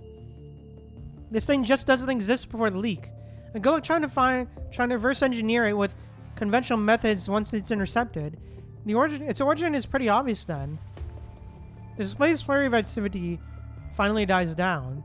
Taylor lets out a slow breath, taking a moment to rest. Just then, a communication dialog pops up with a note attached to the timestamp, Golden Age. It's straight from the Golden Age, right out of Dominic's impenetrable chasms of 0 and 1s. And far beyond that unsolvable data wall inside Gestalt.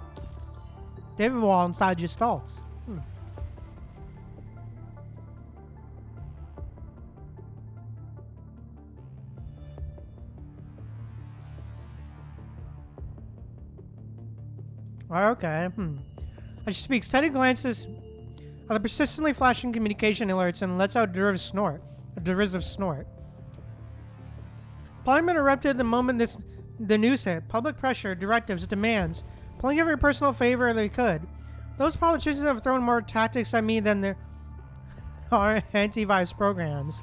All to push me into finding a breach in that wall. Alright.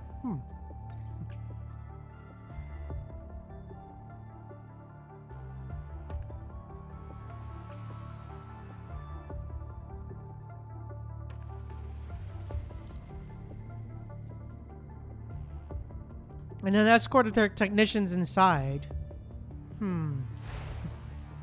Memory surface of the scene witnessed when connected with Teddy. That bizarre space existing with Gestalt. The data stretching endlessly from the ground to sky.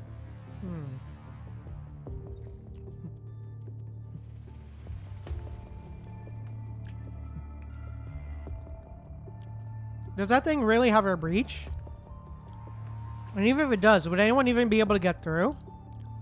No, my professional assessment is no, but unfortunately nobody's going to listen to me.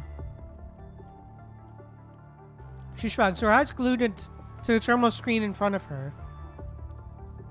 Those pencil pushers who just fresh over meetings minutes always have some crazy idea about the past. They can't wait to make their glorious mark in the history books, writing this is the decision that turns the page on humanity's history, leading us into a new era. Yeah, great. Teddy suddenly goes quiet. Her brow furrowed as she zeroes in on a specific point in the data stream. Did you find something? Not yet, but Your fingers fly across the terminal at lightning speed. 3, 2, 1. Got it, the final coordinate. After switching pinching the precise coordinates into the terminal and transmitting them to Asimov, Teddy finally turns around and picks up where she left off. Coordinates, coordinates, coordinates, ha. Nobody even remembers when he first stepped into stall. We only wanted to use its computing power to upgrade the Niver device. Damn. People losing sight of the original purpose isn't exactly rare. The original Niver device structure and Golden Age treasures clearly pique their interest way more than just upgrading the Niver device. The Normans really went all out to make that happen. Teddy's family. Mining Corps formerly a charged Norman had Stunts Corporation. Operation Dominic's current leader Victoria Norman is a sister of Teddy, her real name Christina.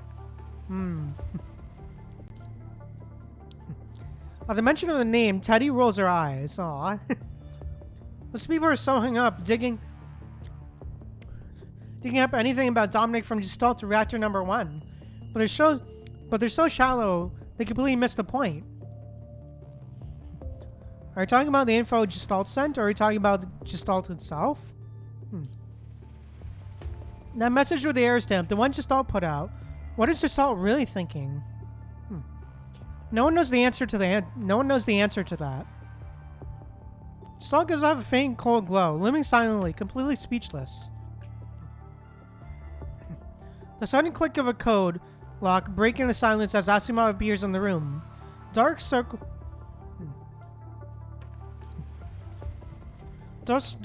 heavy under his eyes.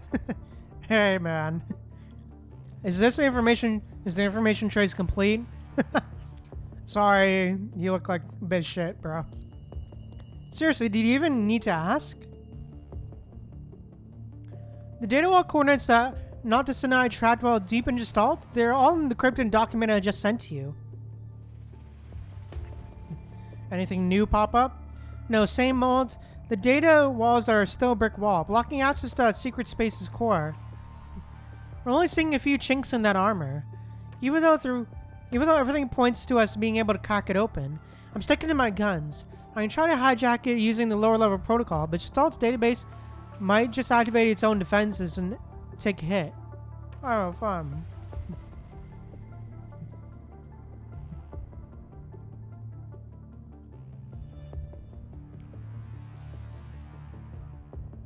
Right. The code for Gestalt's foundational database has been lost in the shuffle for ages, so there's no telling how much damage you're talking about, which means if we hijack Gestalt, we might snag the tech thereafter, but there's also a good chance we could blow Gestalt's entire foundational database to smithereens. Damn. Have they made a decision yet? A rare look of concern washes over Teddy's face. Since Gestalt can't crunch certain numbers, they're gearing up for a parliamentary vote on whether to open these data walls. Brainless idiots. The parliamentary vote won't be derailed because of few tech folks are against it. Oh, fun. Oh, politics. Science Council scholars pushing to open the data wall reckon they can mimic the safety protocols from the Niver device experiments by setting up an isolation zone within Gestalt. The idea is to cordon off all operations to the zone. That way, if anything goes south, they can just jettison the zone and keep most of Gestalt's modules intact. Oh, fun.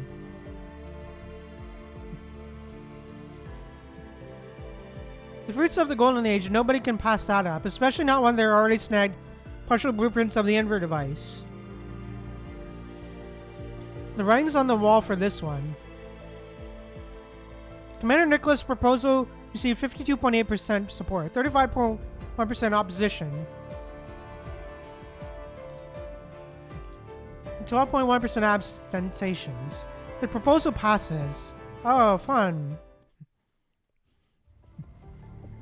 The Babylonians are buzzing with excitement, eagerly awaiting the grand unveiling of a technological marvel.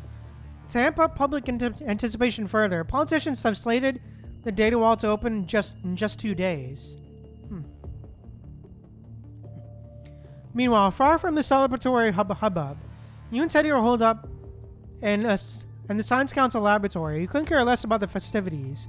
Your focus is on cracking open Dominic's mysterious invitation.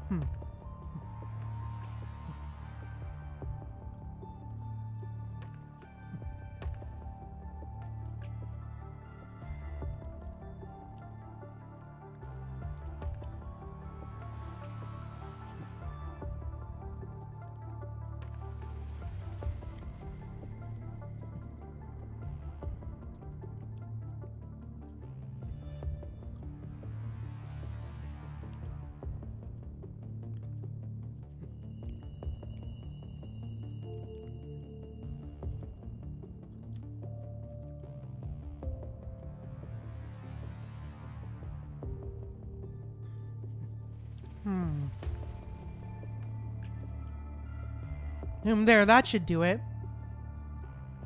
Teddy gives the last 2 screws. Teddy gives the last 2 screws of a peculiar machine a final tighten with their wrench before dusting off her hands with a satisfied flourish. Have you seen him put this on? Ask him about hooking the invitation up to this full sensory simulation device. Then he'll be able to access the information inside.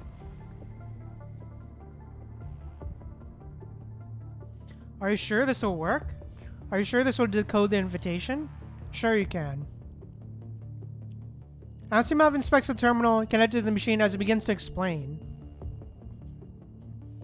When taking apart the undying architecture of this invitation, after Teddy cracks the conundrum data log, I keep on decoding the remaining portions.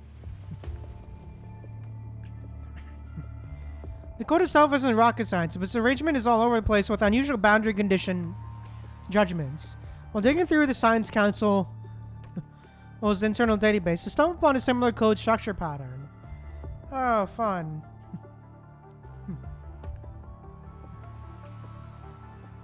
That's it, the full sensory simulation device.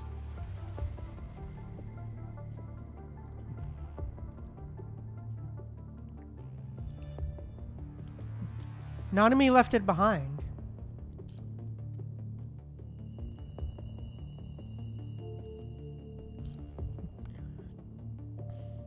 I'm looking at the code she wrote. It's spaghetti complexity, yet somehow that jumble just works. True. The code structure for the invitation is practically a dead ringer for the full sensory simulation device. Asimov gives the data on the terminal one last look over. I've run tests on the encryption keys she sent down, stashed away, and it's physically safe, but it can't vouch for other. Well, the experience is just this machine played tricks on your mind. Alright, enough talk. Let's just give it a whirl. So he pulls you over to the machine. Alright. Once you're inside, I'll punch in the right keys, and Asimov will keep an eye on the machine the whole time. If anything goes south, we'll yank the plug immediately. Don't sweat it. You're totally safe. You're totally safe. Oh, fun. Really? Come on, what's with the suspicious look? Let's go, Rewound Commandant. The invitation has a one-time encryption key. Make sure to just jot down any information. Any info you find inside. Hey, alright. Interesting. I know it's different this time. Asimov's voice fades in the darkness as the helmet slides over your head. You're hit with a wave of dizziness. Your mind drifts into a vast...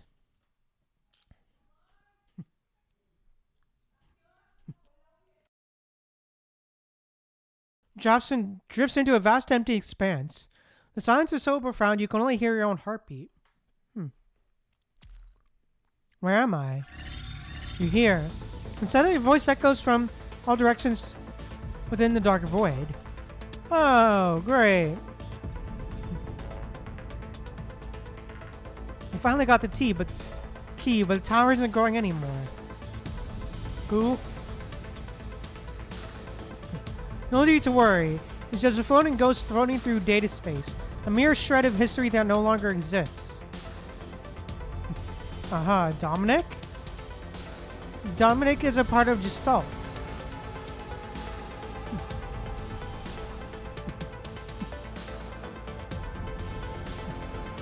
But I'm not hooked up to the Gestalt. Everything's connected. You're here because something's off. Picked up on an anomaly. An anomaly? You got the key, but the tower isn't growing anymore. Are you a time traveler? Did anything mess you up? Everything mess you up?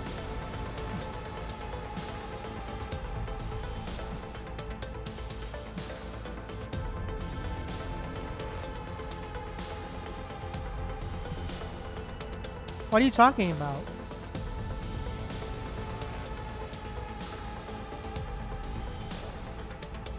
Dominic seems to raise his suspicions for a moment before speaking again. So you do know where the advanced team is? Advanced team? The phrase is like a firework in my mind, a quick burst before it's gone.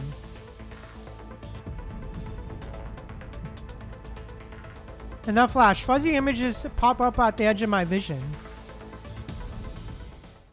Hey, alright.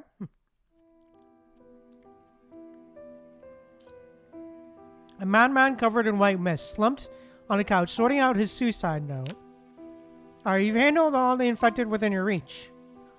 Keep the force for the protective suit on. Welcome to the advanced team.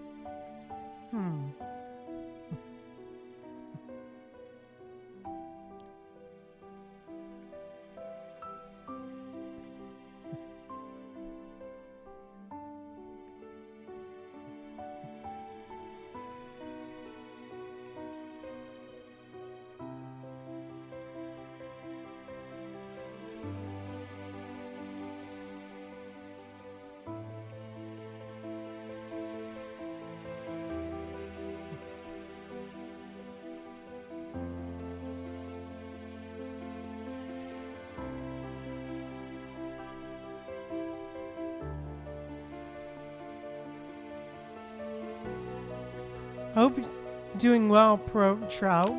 Oh, great. Our current technology has its limits. My consciousness is colored with too many other voices, but digitizing remains essential.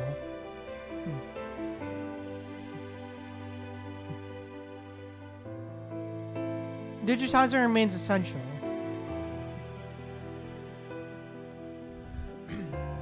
We're looking for someone to take over Agent Zero's authority, and I'm curious to see what possessing such power is like, but first, one must shed their human form. Oh, great.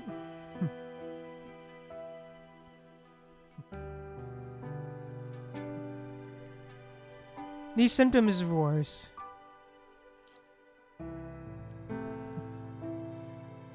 There's these symptoms of yours. They're remarkably similar to the effects of Agent Zero's authority.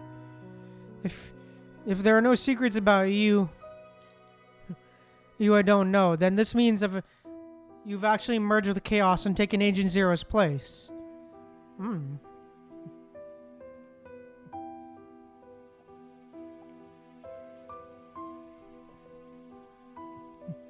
hazy visions gradually fade, leaving only the empty darkness before me. Sorry, I don't know anything about an advanced team. Even though the invitation came from anonymity, revealing what I know to someone whose identity is unclear would be unwise.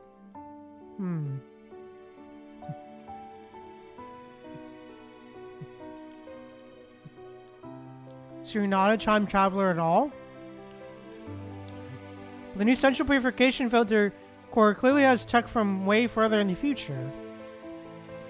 Data Ghost mutters to itself. You're Dominic, how can you not know this stuff? Dominic was never a know-it-all. Besides, it's just the echo of Dominic's consciousness left behind before I went into Reactor 1. Where's the real Dominic? The real Dominic might still be kicking around in the fog. Isn't it Reactor 1? You just said he went to Reactor 1. The one in Reactor 1 is just the final Dominic. What a confusing way to put it. True. It's a pretty tangled story. Let's figure out what to share with you right now.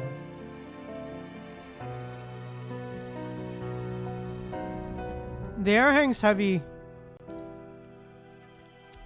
for a moment, for the voice in the void slowly speaks. Dominic leads the advanced team into the Hetero Tower. After recycling its core, he vanishes into the fog.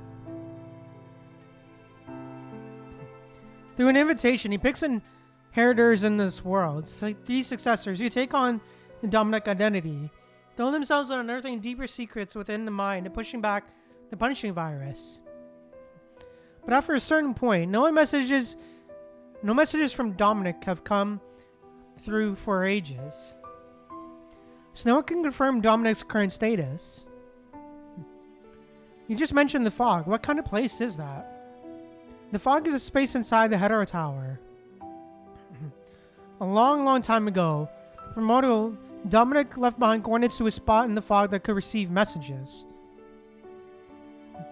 Based on our calculations, that location should be where the Hetero Tower manifests. Oh, fun. Now, since the Hetero Tower isn't showing up, the fog is naturally impossible to enter. Calculations. Who's doing these calculations? About the Gestalt. After we discover the Hetero Tower hasn't appeared, and Gestalt ran the numbers. The numbers suggest someone from the future might reverse time, stopping the Hetero Tower from growing. He used to think the time travelers on the advanced team had pulled it off. His voice trails off. You can bring up the Hetero Tower, but what even is it? The Crimson Spiral Tower I caught a glimpse of when Lise was switching hyperreal frames and earlier when Vonnegut kept talking about the tower. If all these towers are actually the Hetero Tower, what kind of thing could it really be? The Hetero Tower. It seems a bit uneasy, pausing for a moment before starting to talk. I don't really know much about it either. Dominic just mentioned that he signals impending doom. Seems to have powers that go beyond dimensions and can only be controlled with keys. Keys. The invitations are just one piece of the puzzle. Their whole point is to wreck the Hetero Tower's core and then recycle it. More information. Dominic himself is the one who knows.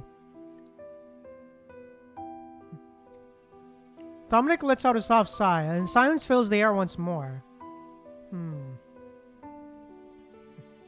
So these invitations are just to clue me in on all this? Not entirely.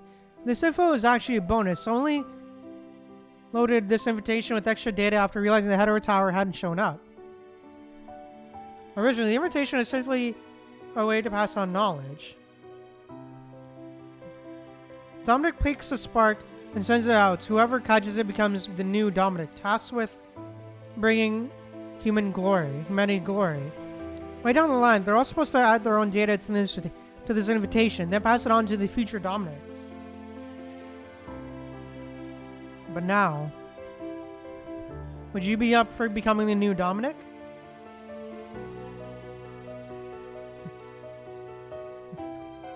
The Digital Spectre, calm as ever, slowly lays it out its weighty proposition. Become the new Dominic. To embrace history's call, to sculpt a new future. And the answer? No, I refuse. Hey. Rosale pause. Not out of caution or fear of responsibility. Even if anything this entity describes rings true, you simply won't take the bait. Necessary if you need a Dominic? No, should I say. Dominic has already done what history asked.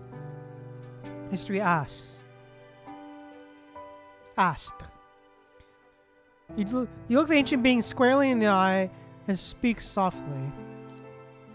History should only serve as a warning and inspiration. Our job now is to make our own choices and push forward. Simply carrying on the past wishes isn't the way. The key to breaking free from our current bind lies in the present. So that's her choice. The last sentence hangs unspoken, yet Dominic gets it. A voice echoes in the void, devoid of sadness or relief, as Dominic gives a gentle nod. So be it, time's ticking, and this information will soon vanish. Hidden beneath this invitation is information black box only you can open. Last known coordinates of where Dominic's messages hit are also tucked away in the information black box. The air around them starts to subtly shake. Oh, fun. We're hitting the wall here. Hold on. Were you the one who put up those data walls in Gestalt? Yes. So behind those walls isn't just old Golden Age echoes. Way too much time has passed. Those data walls are falling apart. They're going to crumble eventually, even if nobody tries to open them. Think of it as the last gift to humanity. Shape lurking beneath the data slowly melts away. It's time to leave. The Hetero Tower has shown up. Maybe you'll see a better future. Aww.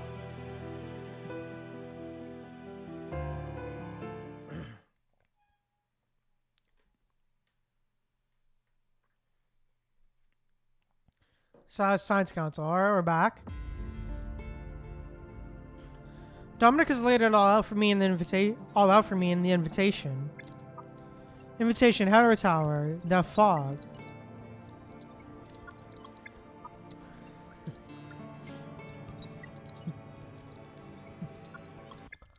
Asimov jots down these cryptic terms on his terminal, connecting the dots, trying to make sense of their relationships. I think I'm finally getting it.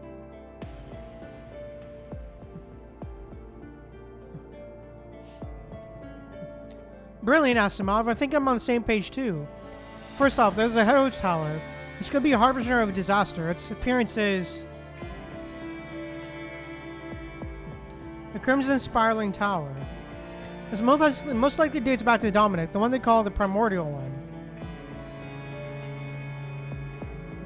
The Hetero Tower appears to have trans-dimensional abilities, or perhaps it allows travel through time. But to control the Hetero Tower, you need keys. The invitation you're holding is part of them. The other part remains a mystery to us.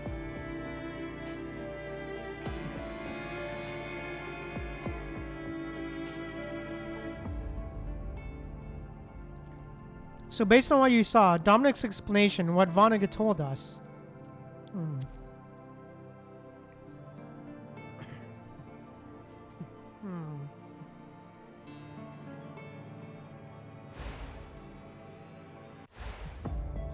What did you do to the tower?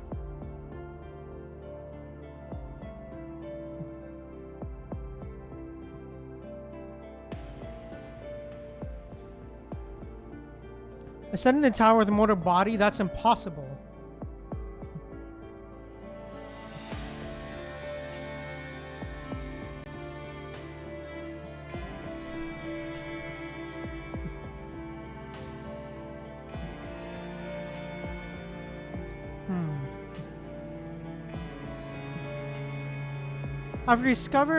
After we discovered the Hetero Tower hadn't appeared and stalled random numbers, the results suggest someone from the future might have reversed time, stopping the Hetero Tower from growing. Really know much about Dominic Signal's impending doom.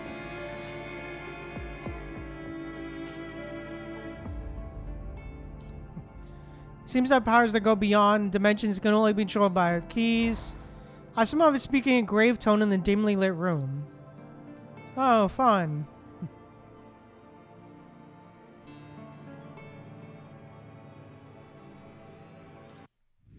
The Hetero Tower was originally supposed to show up in this world at a specific point in time.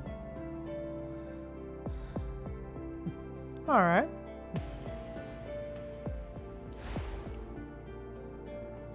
The sudden deja vu I had during the hyperreal frame replacement flashes vividly in my mind.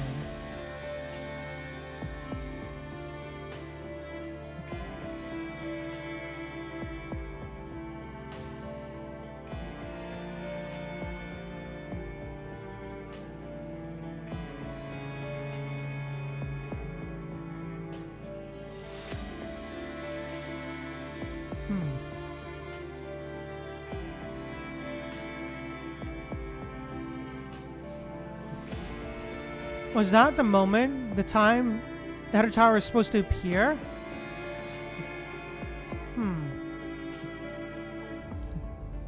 It seems ever since then, my deja vu visions have been growing weaker and further from what actually happens.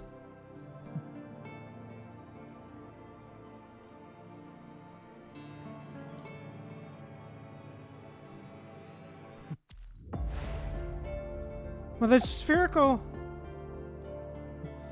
the spherical force that never appeared, or Shorthold's testament that I received unexpectedly? For some reason, Asimov types a lone question mark onto a blank document on his terminal.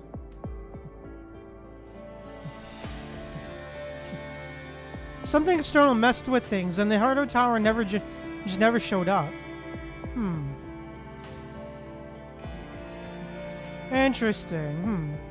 Vaughn gets convinced you meddle with something in the future, and Domit's got you pegged as a time traveler.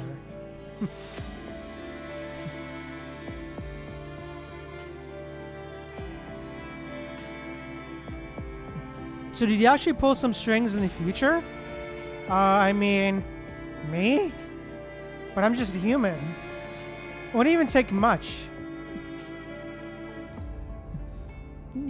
A tiny bit more of that, of the Punisher virus, and I'd be a goner, my whole body rotting away.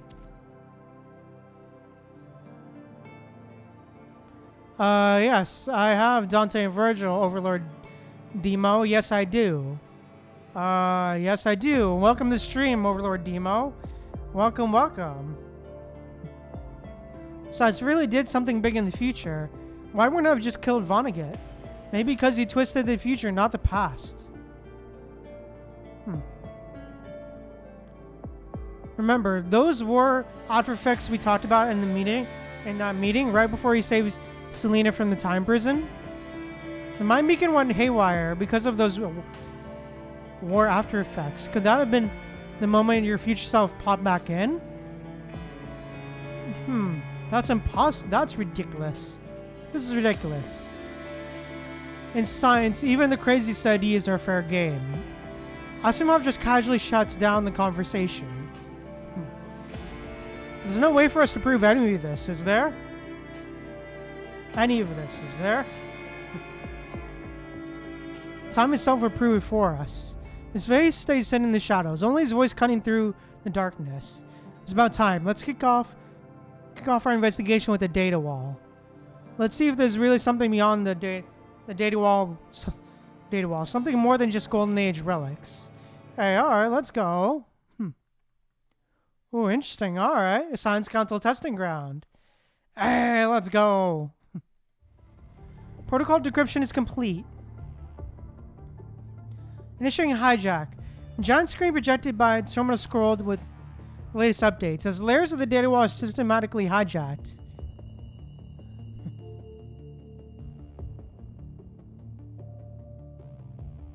Alright, cool. Good to know, Overlord Demo.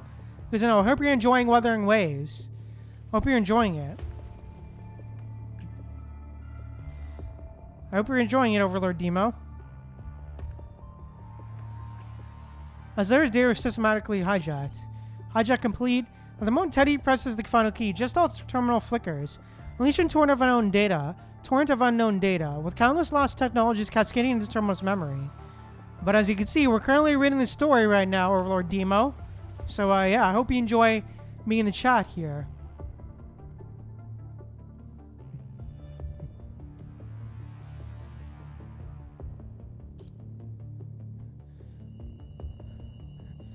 According to the terminal's memory. Nice. I'm glad you're enjoying it, Overlord Demo. Thank goodness. Wait, what is that? The moment Gestalt's data wall opens, the hull plunges into darkness. Only crimson warning alerts frantically flash across the screen. The entire Babylonian begins to shake and sink with Gestalt's tremors. Finally, crimson lightning cracks under the alloy shell as the punishing virus seeps out. Oh, great! Oh, well, that's not fun. Great! Punishing virus contracts inward, condensing into a pitch-black sphere that's no longer than a human eyeball, larger than a human eyeball. It looks like a dark star that can devour even light. Oh, great! So it has come to this moment after all. In the darkness, a woman gazes toward the source of the chaos, where humanity is racing against time before the disaster strikes. Thanks, appreciate it, Overlord Demo. Appreciate it. Appreciate it, Overlord Demo. The past remains unchanged. So once again, the arrival of the punching virus begins on December 20th, 2160. The Outer Tower never descended, but an Ascension network. When the punching virus arrived on Earth, it first targeted the cornerstone of human civilization, information itself. So it infiltrated the largest information hub of that time, Gestalt.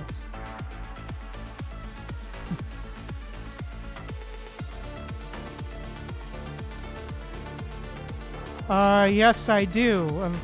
Overlord Demo, I'm interested in the story. Yes, I do. That's the primary reason I play this game. Overlord Demo, I play this game because I enjoy the story of this game. And I'd read it. That's been my whole thing. Since I started streaming this game. Punch take control of the stall. Punishing were to take control of the stall. Then give enough time. It's meant when meta-contamination could seep into civilization itself, even into language. When that happens, Earth's future would be lost entirely. Oh, great. When the virus broke out on December 20th, the train was stripped away by humanity, only an empty shell.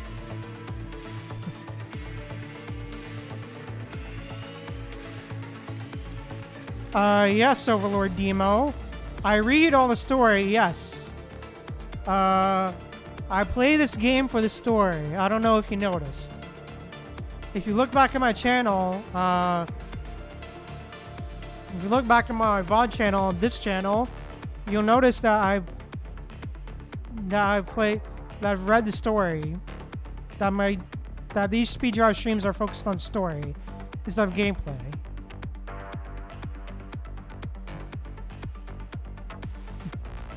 On December 20th, stripped away humanity, once empty shell. Man, that punchy virus humanity knows now.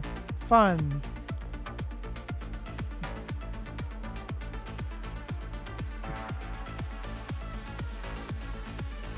Over time, this empty shell with the countless constructs, machines and humans, and it was gradually filled with information belonging to Earth. Bit by bit, it became Earth's own specialty and network. Ascension network. Oh, fun. Great! Dark Star is about to be released, and if it merges with the Ascension network. Now that the Hetero Zone is gone, Luna, what will you do to fight against Selena? Wait, what? No, not Selena. Celine. God damn it. She gets into the distance. A1 airport. However, reduce the ruins by Celine. Reduce the ruins by Celine. Deep within the city where Reactor 1 is located. Is this the place? A girl in a green hood stands near the library. Pale figures clustered around her feet. Yeah, I understand that, but...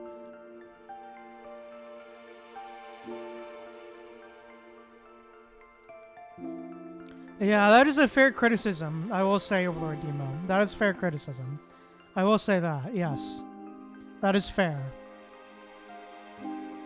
Although, I'm not sure if it would happen, though.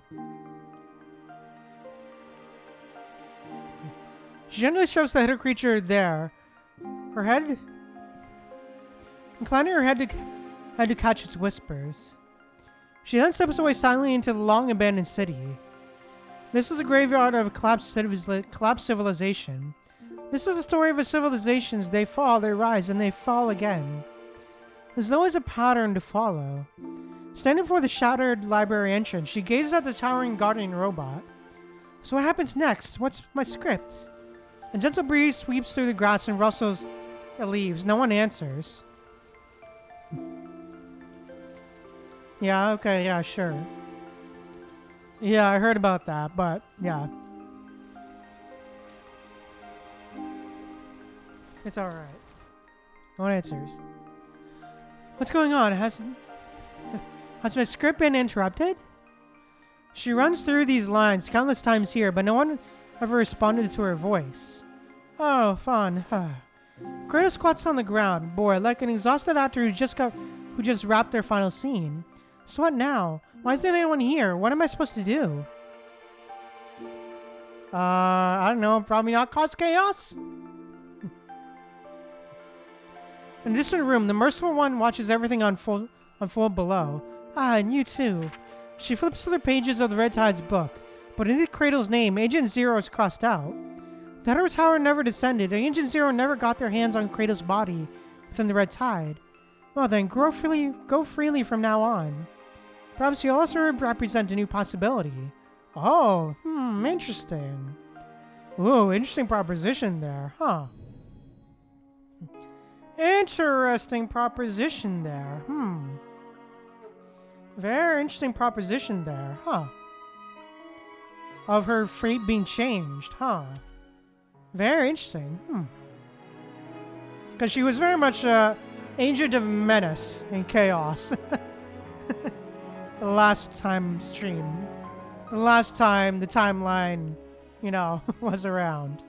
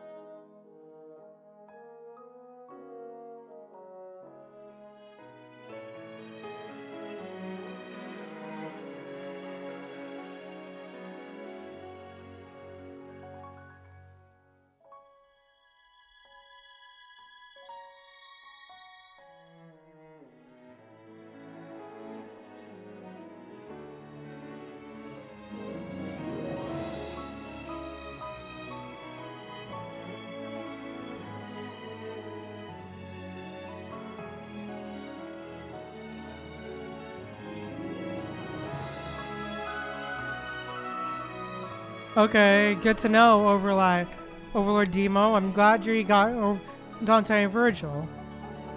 I hope you enjoy your stay here, Overlord Demo. But, yeah, anyways, Anyways, I think with that said, let's keep on going. Let's keep on chugging with the story. Alright, chapter... Alright, Dark Star. Let's go. Might be the last node? I'm not sure. It might be. This might be the last node for today also as well. Maybe. I don't know. Maybe. Or at least last story node we do for today. Anyways. Last story node we do for today. But yeah. Far from the safe zones, Vonnegut searches for traces of the Hetero Tower, accompanied by the newly hatched Chaos. Oh, great. So she still hatches. Great.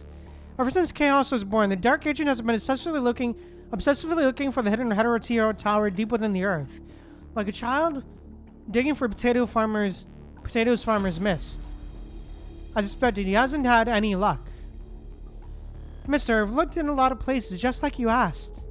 Oh shit, Lithos again.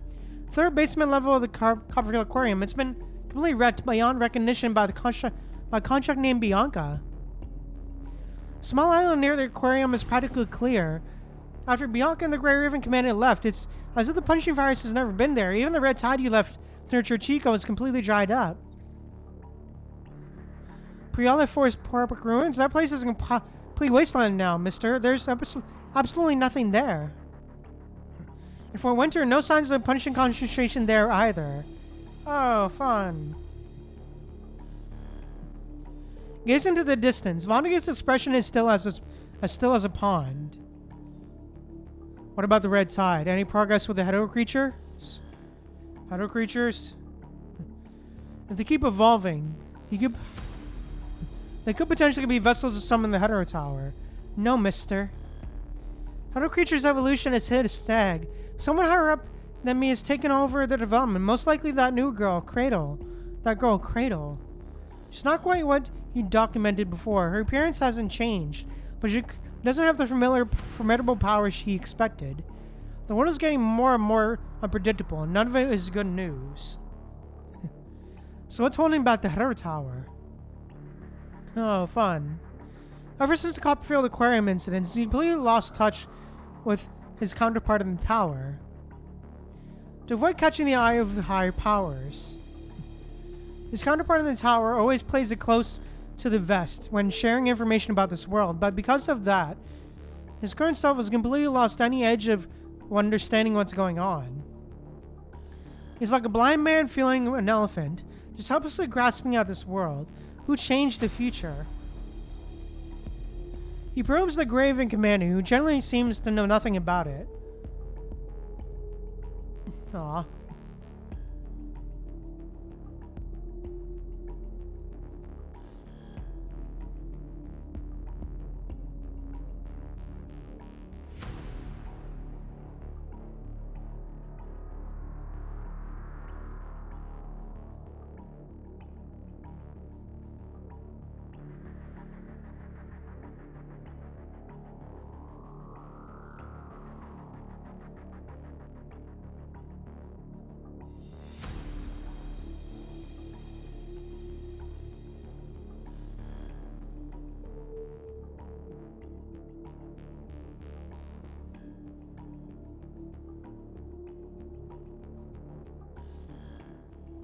He probes the Graven Commander, who generally seems to know nothing about it. Okay. He also sought out Luna, but remains trapped by the Ascension Network's crystals. But she would never sacrifice herself for human civilization anyway. Who on earth is pulling the strings from the shadows? Oh, fun. Nature ponders for a moment, trying to come up with a plausible answer, but once again, he draws a blank.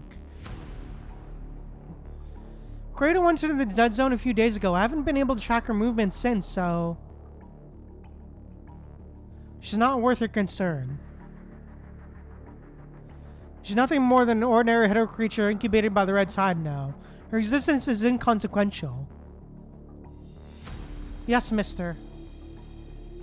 The young man trails closely behind the agent, continuing to relay the rest of his unfinished report. As for Babylonia, the Dark Star has fallen into the dead zone. Dark Star. Vonnegut stops dead in his tracks, trying to pull a word from the depths of his memory.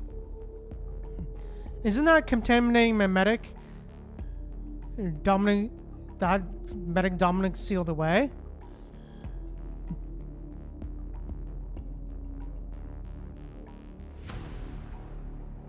Oh, nice. Well, I'm glad you enjoyed playing the gameplay of this game.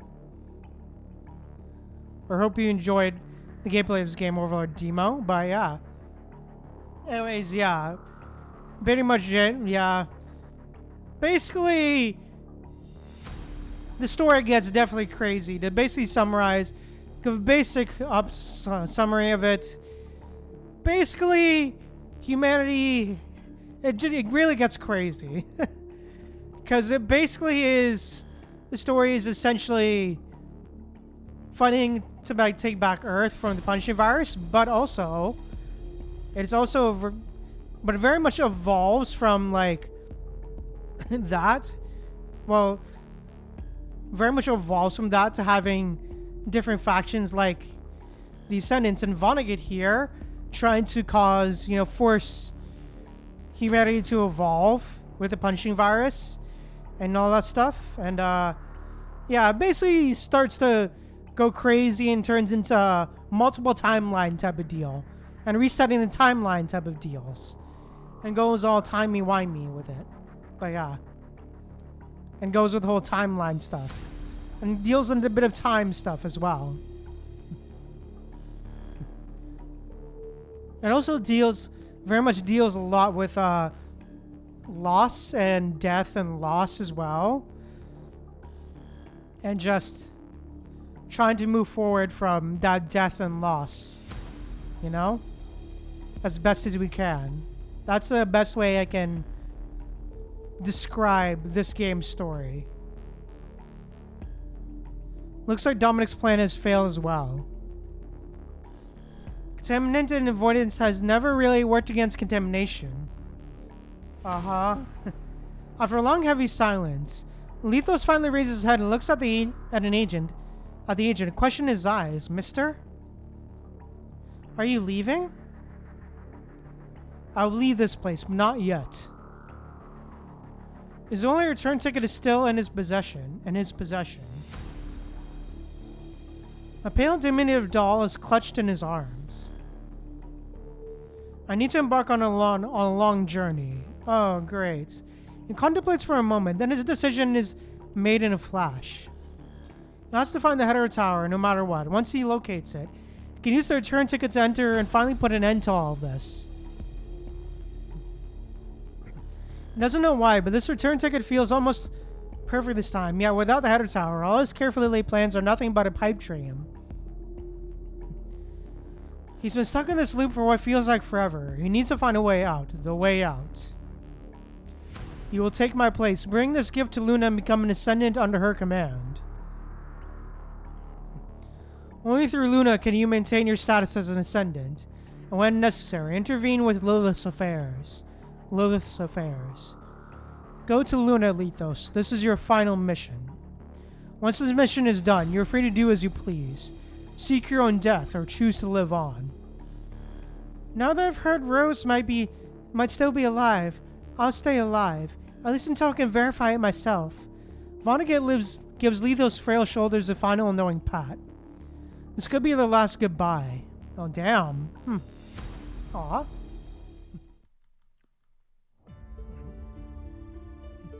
In the forest, right on the edge of the dead zone, the vegetation whispers and rustles in the cold December wind. Open the terminal.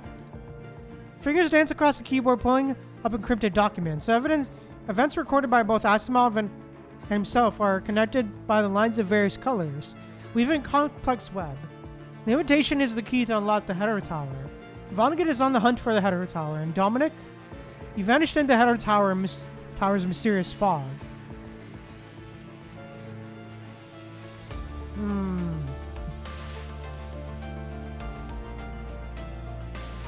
All these shifts, all these changes, they all lead back to one thing.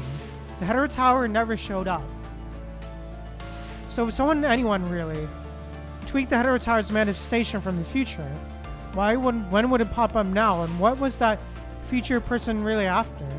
After that person future gets rewritten, what's next? The fog in his mind starts to unfurl like silk from a cocoon, slowly but surely clearing, but before he can fully grasp what's happening. Close the terminal. Long time no see, Graven Commandant. Ah, Roland the Clown! Ah, Roland the Clown! Moonlight spills like liquid silver, bright enough to clearly show the Ascendant nearing in the distance. Roland? Leon high alert raises weapons, aiming at the approaching Ascendant. Easy there, come in peace. I'm here to cut a deal, honest. Roland throws up both hands, adopting an exaggerated pose of complete surrender to show he's unarmed.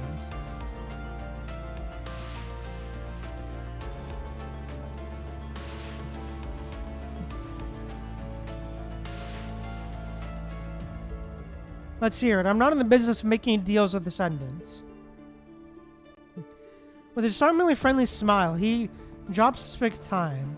It almost perfectly lines up when the Dark Star showed up in his thoughts.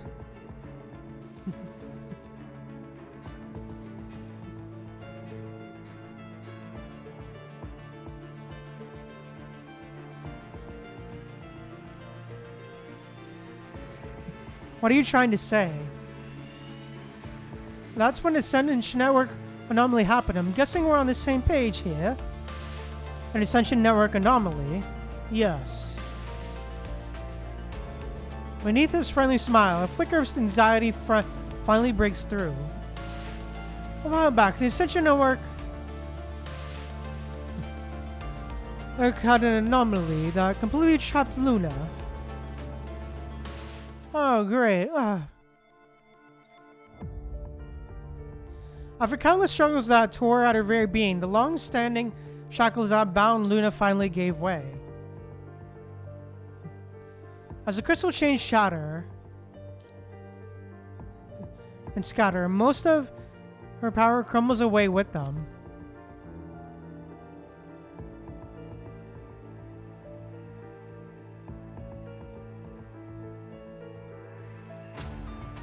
Yeah, I love this game as well, but alright. Yeah, I like this game as well, for real. I love this game as well. Overlord Demo. Luna? Despite not being connected to the Ascension Network, she immediately senses something is off with Luna. Oh shit, Alpha. Okay, yeah, great! It was Celine. She was the noise that once belonged to Luna, a part of her that was cut away. After the static was removed and gradually became independent, Roland starts calling her Celine. She's coming for me. She's breathing down my neck. The Ascension Network only throws its weight behind the strongest agent, plain and simple. It couldn't care less if that's Luna or not. The instant the Ascension Network starts shifting gears, Luna feels Celine slipping away from her consciousness. Once Celine, a mere puppet of the Ascension Network, merges with the Babylonia's Dark Star, the network will have no use for Luna anymore. I'll buy you some time. Me too. The timid mermaid shrinks behind the bushes, hesitantly raising her hand. It's not enough. She'll just gobble up my power. Luna's face drains of color, and she can no longer hold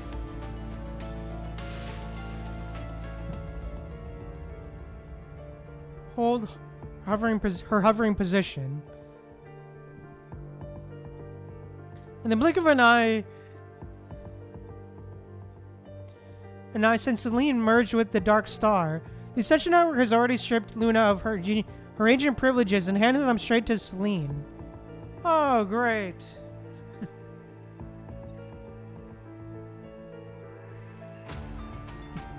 Oh, fun. So what's our play now? The Red Tide. Following the moonlight's lead, Luna bends down and scoops up the red tide gathered in a hollow on the ground. When I was tied down by the punching, I caught a glimpse of these red tide projections. That's when I realized the red tide's true purpose: to soak up the information stored within the Ascension Network. This is the only way their information can be fully integrated into the punching. But how do you even tap into the red tide's power? Egg. Luna closes her eyes, sensing the punching within the red tide, as if she's listening to their voices. But there isn't enough time, Luna. Didn't you say she'd be here any moment? The information of the red tide is chaotic, but it's not random. If we could just find the one who controls the red tide's will to help us, our chances of success would skyrocket, but there's no time left. The girl's golden eyes fixed on the distance. She can feel interference. It plays a piece of her mind, a piece of her own consciousness barreling towards her. Only one moon can exist in this world. Damn, what a line. This is the only way I can get enough power, and fast. Crimson liquid drips between the girl's pale fingers as she suddenly clenches her fist. Roland, track down Grey Raven. Grey Raven Commandant? Commandant? Yeah, I figured out how to get the Grey Raven Commandant here.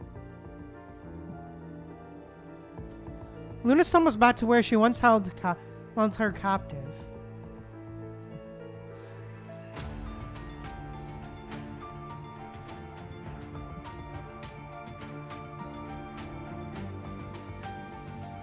I'm going to use these punching crystals to link up with the punched red tide and pull power from it.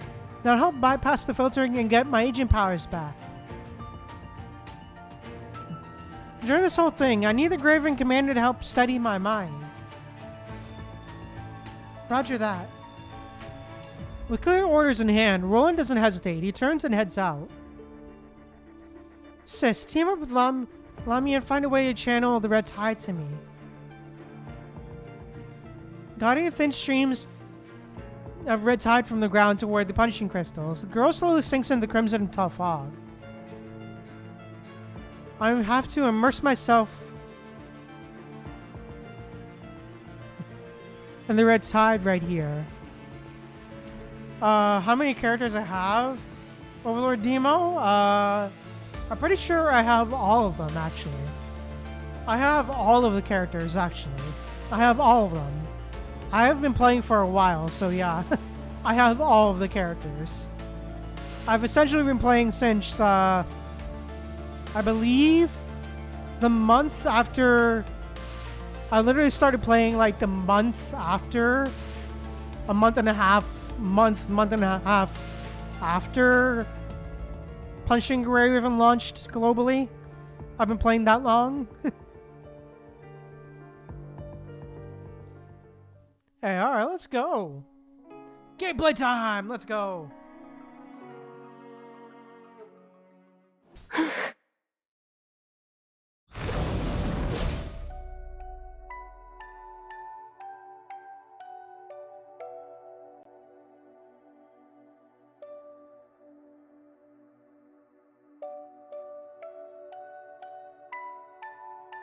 I will sever Futile. this prison of fate. Oh, this is interesting. Ooh, that's interesting. Let the Alright. show begin. Those monsters look really tough.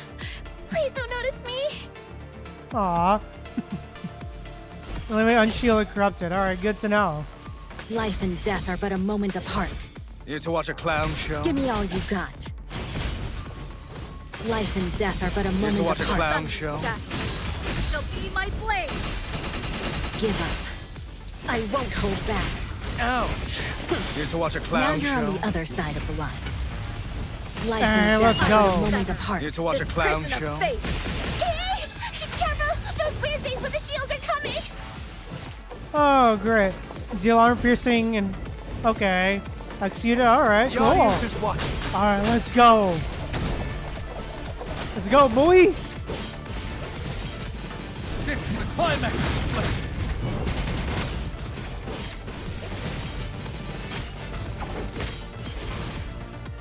The audience is watching. Get executed, baby. Boom.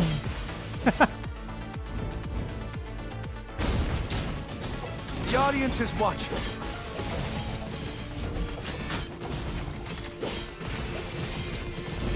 The audience is watching. The audience is watching. Yeah, Rex, baby. Closing in on Luna. Oh, great.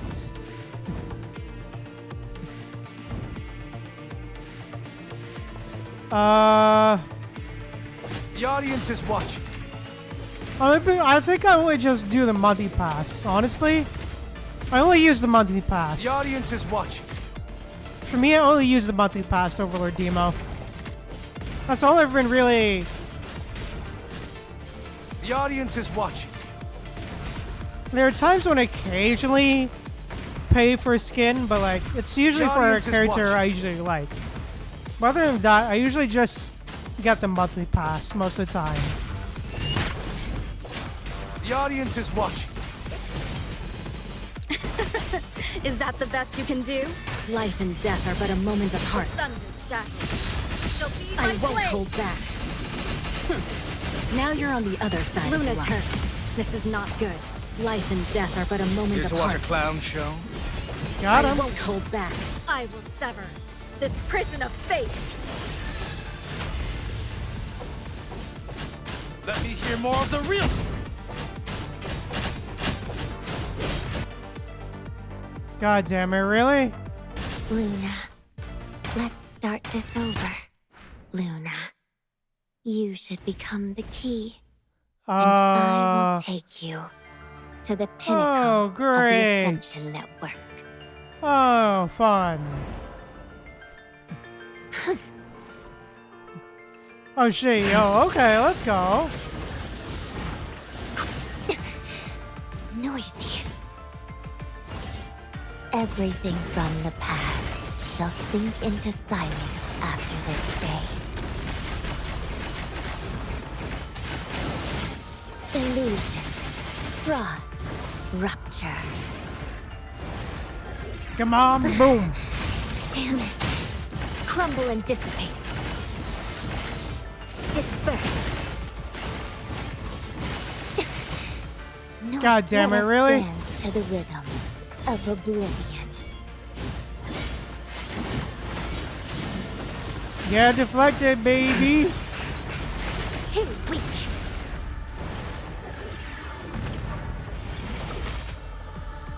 Damn, okay, let's go. Now, witness true power. Damn, alright. Hey, okay, let's go. Oh, that was such a sick shot at the end there. With her in the middle. Oh, dude. The tide surrounding the forest slowly pulls back. The brutal onslaught of corrupted and the head of creatures finally eases up, and the dark clouds blanketing in the sky start to break apart. Everyone finally catches their breath and turn their attention toward the girl still swallowed by the red tide.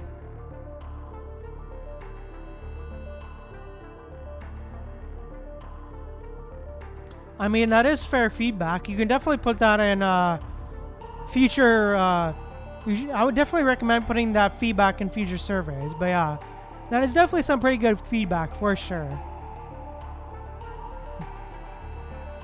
Catch their breath and turn the attention, and the girl still swallowed by red tide. Luna.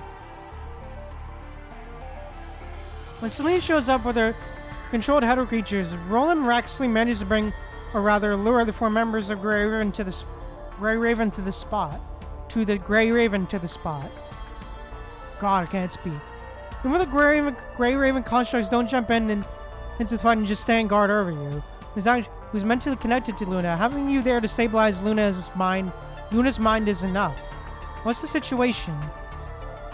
Celine, meanwhile, controls countless corrupted hell creatures to block everyone's advance, while she herself makes a beeline for the red tide, where Luna's corrupted, has submerged. It's almost over. In another part of the battlefield, Luna defeats Celine's consciousness and reclaims her ancient authority. But at the same time, her own mind is ripped to shreds by punishing. Oh, fun. Luckily, the mind connection to her holds firm. As long as the beacon stays steady, she'll surely find her conscious fragments in the endless labyrinth and discover the way out. Before he can finish speaking, the savage crimson tide surges skyward, morphing into towering waves. Commandant! The three Grey Raven members cautiously shield you, holding their ground. The red tide surges but doesn't breach their defensive line. Alright. Hey, alright, let's go. Meanwhile, the girl enveloped by the red tide keeps her eyes tightly shut, suspended amidst crimson thorns. Murky moonlight pierces through dark clouds, instantly flooding the entire forest. She won. No matter how many times it falls.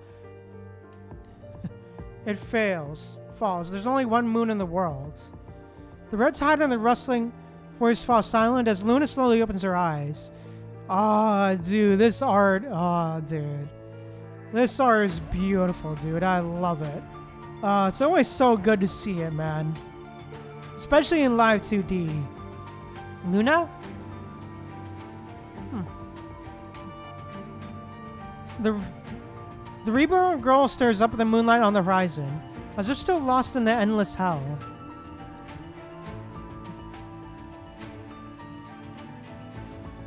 You still haven't answered my question, Luna.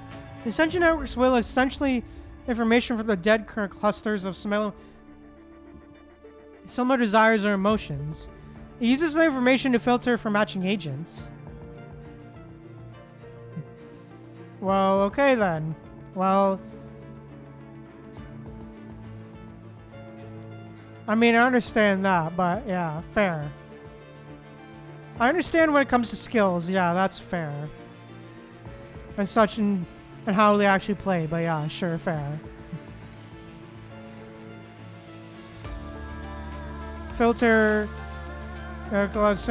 Use matching agents.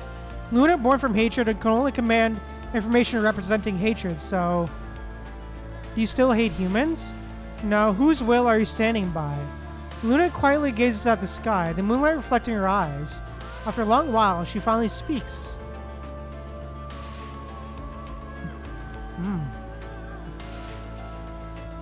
Now, stand by no one's will.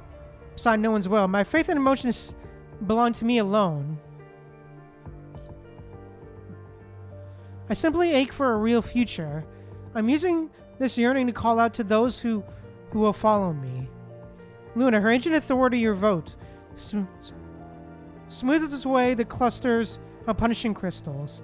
No matter what, I owe you thank you this time, Noctis. We both got what we came for, that's all. Yes, we both got what we needed. Roland already tipped her off about the conditions promised to the Graven Commandant, keeping the punishing concentration in the dead zone in check and heading off the red tide spread. Even though Babylonia's new central purification filters can now create areas that are almost like safe zones, a full-blown red tide invasion would still spell big trouble. True. Compared to the unknown cradle, teaming up with Luna just makes more sense and is the quicker path. And there's still that promise between us, isn't there? The girl's fingertips linger at her neck as she cracks a slight smile. Aw. I'll hold in my end of the bargain. Alright. The brief encounter is cut short by the roar of Babylonia's transport crafts. Looks like your reinforcements are about to arrive. The ascendants quietly fall back as a single wing behind Luna's back slowly unfurls. Eh? One-winged angel? Style, alright. I hope this cooperation doesn't cause you any trouble. Look forward to the next meeting.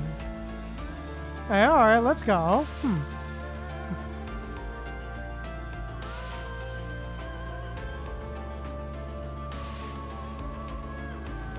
Yeah, I'm definitely curious when that's next.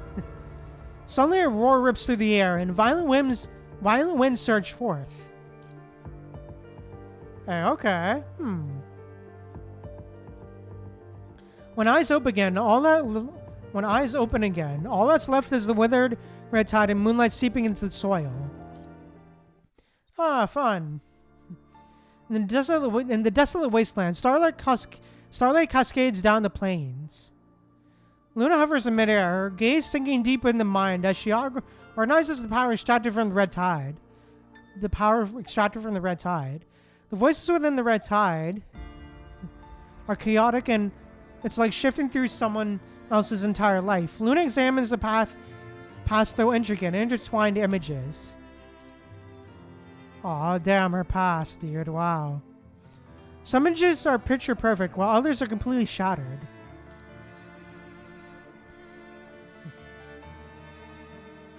Damn. And some images,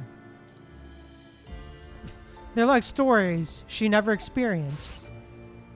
The one where your girl stands calmly in the high air, looking down at the phone booth illuminated by a trace of warm light. Aw. Aw. She looks cute here. I like that. I like the art, man. Another her is down there, dialing a number that should have no one to answer it. She's certain of one thing. There's something she's never done. At least for now, she has no way or means to return to the past. Carefully tucking this image away, she examines other information. Yeah, alright. It's as if she stumbled upon something that should have been seen. A white mist surrounds the corner of her mind, desperately concealing certain images.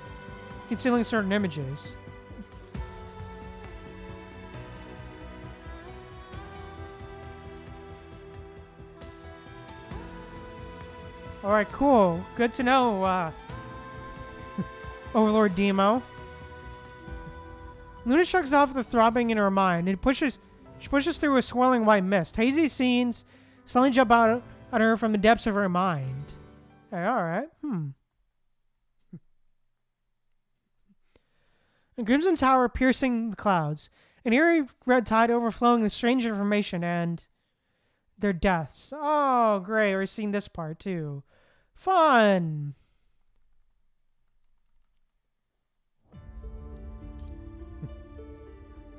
Luna quickly shoves the disturbing visions deep within her mind before her eyes snap open in soft moonlight. Hey, Celestial. Welcome to the stream. Welcome. Yeah, it's alright, Celestial. Yeah, we're actually currently reading some PGR. Yeah, actually, unfortunately, we're currently on the last story node for today, so, yeah, we're just about to finish up here, but, yeah, anyways, yeah, we're actually still doing story, but, yeah. Anyway, Celestial, welcome to the stream, welcome. But, yeah, thank you so much for tuning in. Okay, lol, for real, Celestial, yeah. So, yeah, to basically catch you up on the story bits that happened that you missed. Basically, we finished off the. We basically went through the whole Cthulhu arc, there. I sort of did the short version with Vonnegut being pissed and not pissy and really just not being able to find the the Hetero Tower still, and just still, you know, creating Cthulhu and chaos and all that good stuff. And chaos still being spawned around. But yeah. But yeah, aside from that, also there was also I believe as well, Cradle also showed up as well, though it was noted that Cradle doesn't have as much as her power anymore, so she's very much has less power now. A lot less power now, so she, you know, but she's very much, yeah, Cradle is weaker this time around, yeah, and she's very much lacking direction now, because apparently she was saying about something about being written and sort of like, you know, having a story being written about her and all that stuff, but yeah. And her fate being written and all that, but yeah. Interesting for real, Celestial, yeah. And then, of course, we did also briefly go through the whole Kowloon invasion arc with the new Q, or Chu, and the Emperor showing up as well. And did the whole trying to capture the tower and defend, beat the, you know, that whole arc, and helping out Kowloon this time around, and strengthening their force field, and yeah. And then now we're currently doing the we went through the whole Teddy arc as well, with the whole Norman stuff briefly, and us discovering, you know, the invitation left by Dominic and all that stuff, and the key and everything, and all that information and all that stuff, and us discovering and talking to whatever is in the key and everything. And also there's Vonnegut as well. And also the Punishing Virus and Dark Star stuff being released from the from Gestalt as well, which led into the whole Luna arc as well, as you can see here. And of course Vonnegut being sort of basically telling Luthos to just trying to fight, then also Vonnegut going out and trying to search for the Hetero Tower with Chaos, the newly born Chaos. And of course telling Lethos to take a hike and join Luna, basically. Until, you know, it's all over, I'm guessing. And Lethos can then find, I believe, Rosa, and then yeah. And then yeah, we basically just quickly went through Luna's arc of, you know, just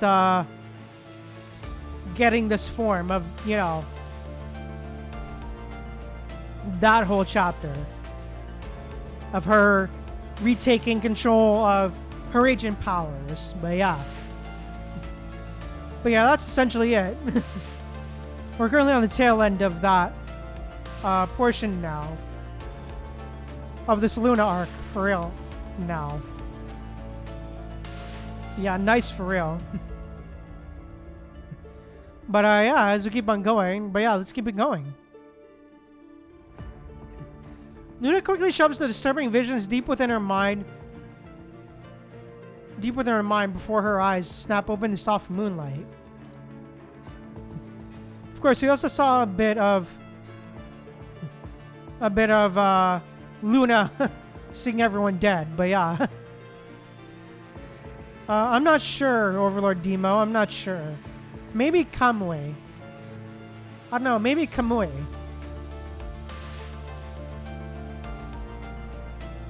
Are you alright? Alpha sing or stir. Yeah, I've managed to filter out the clutter. I'll have this chunk of power from the red tide sorted out soon. What did he see?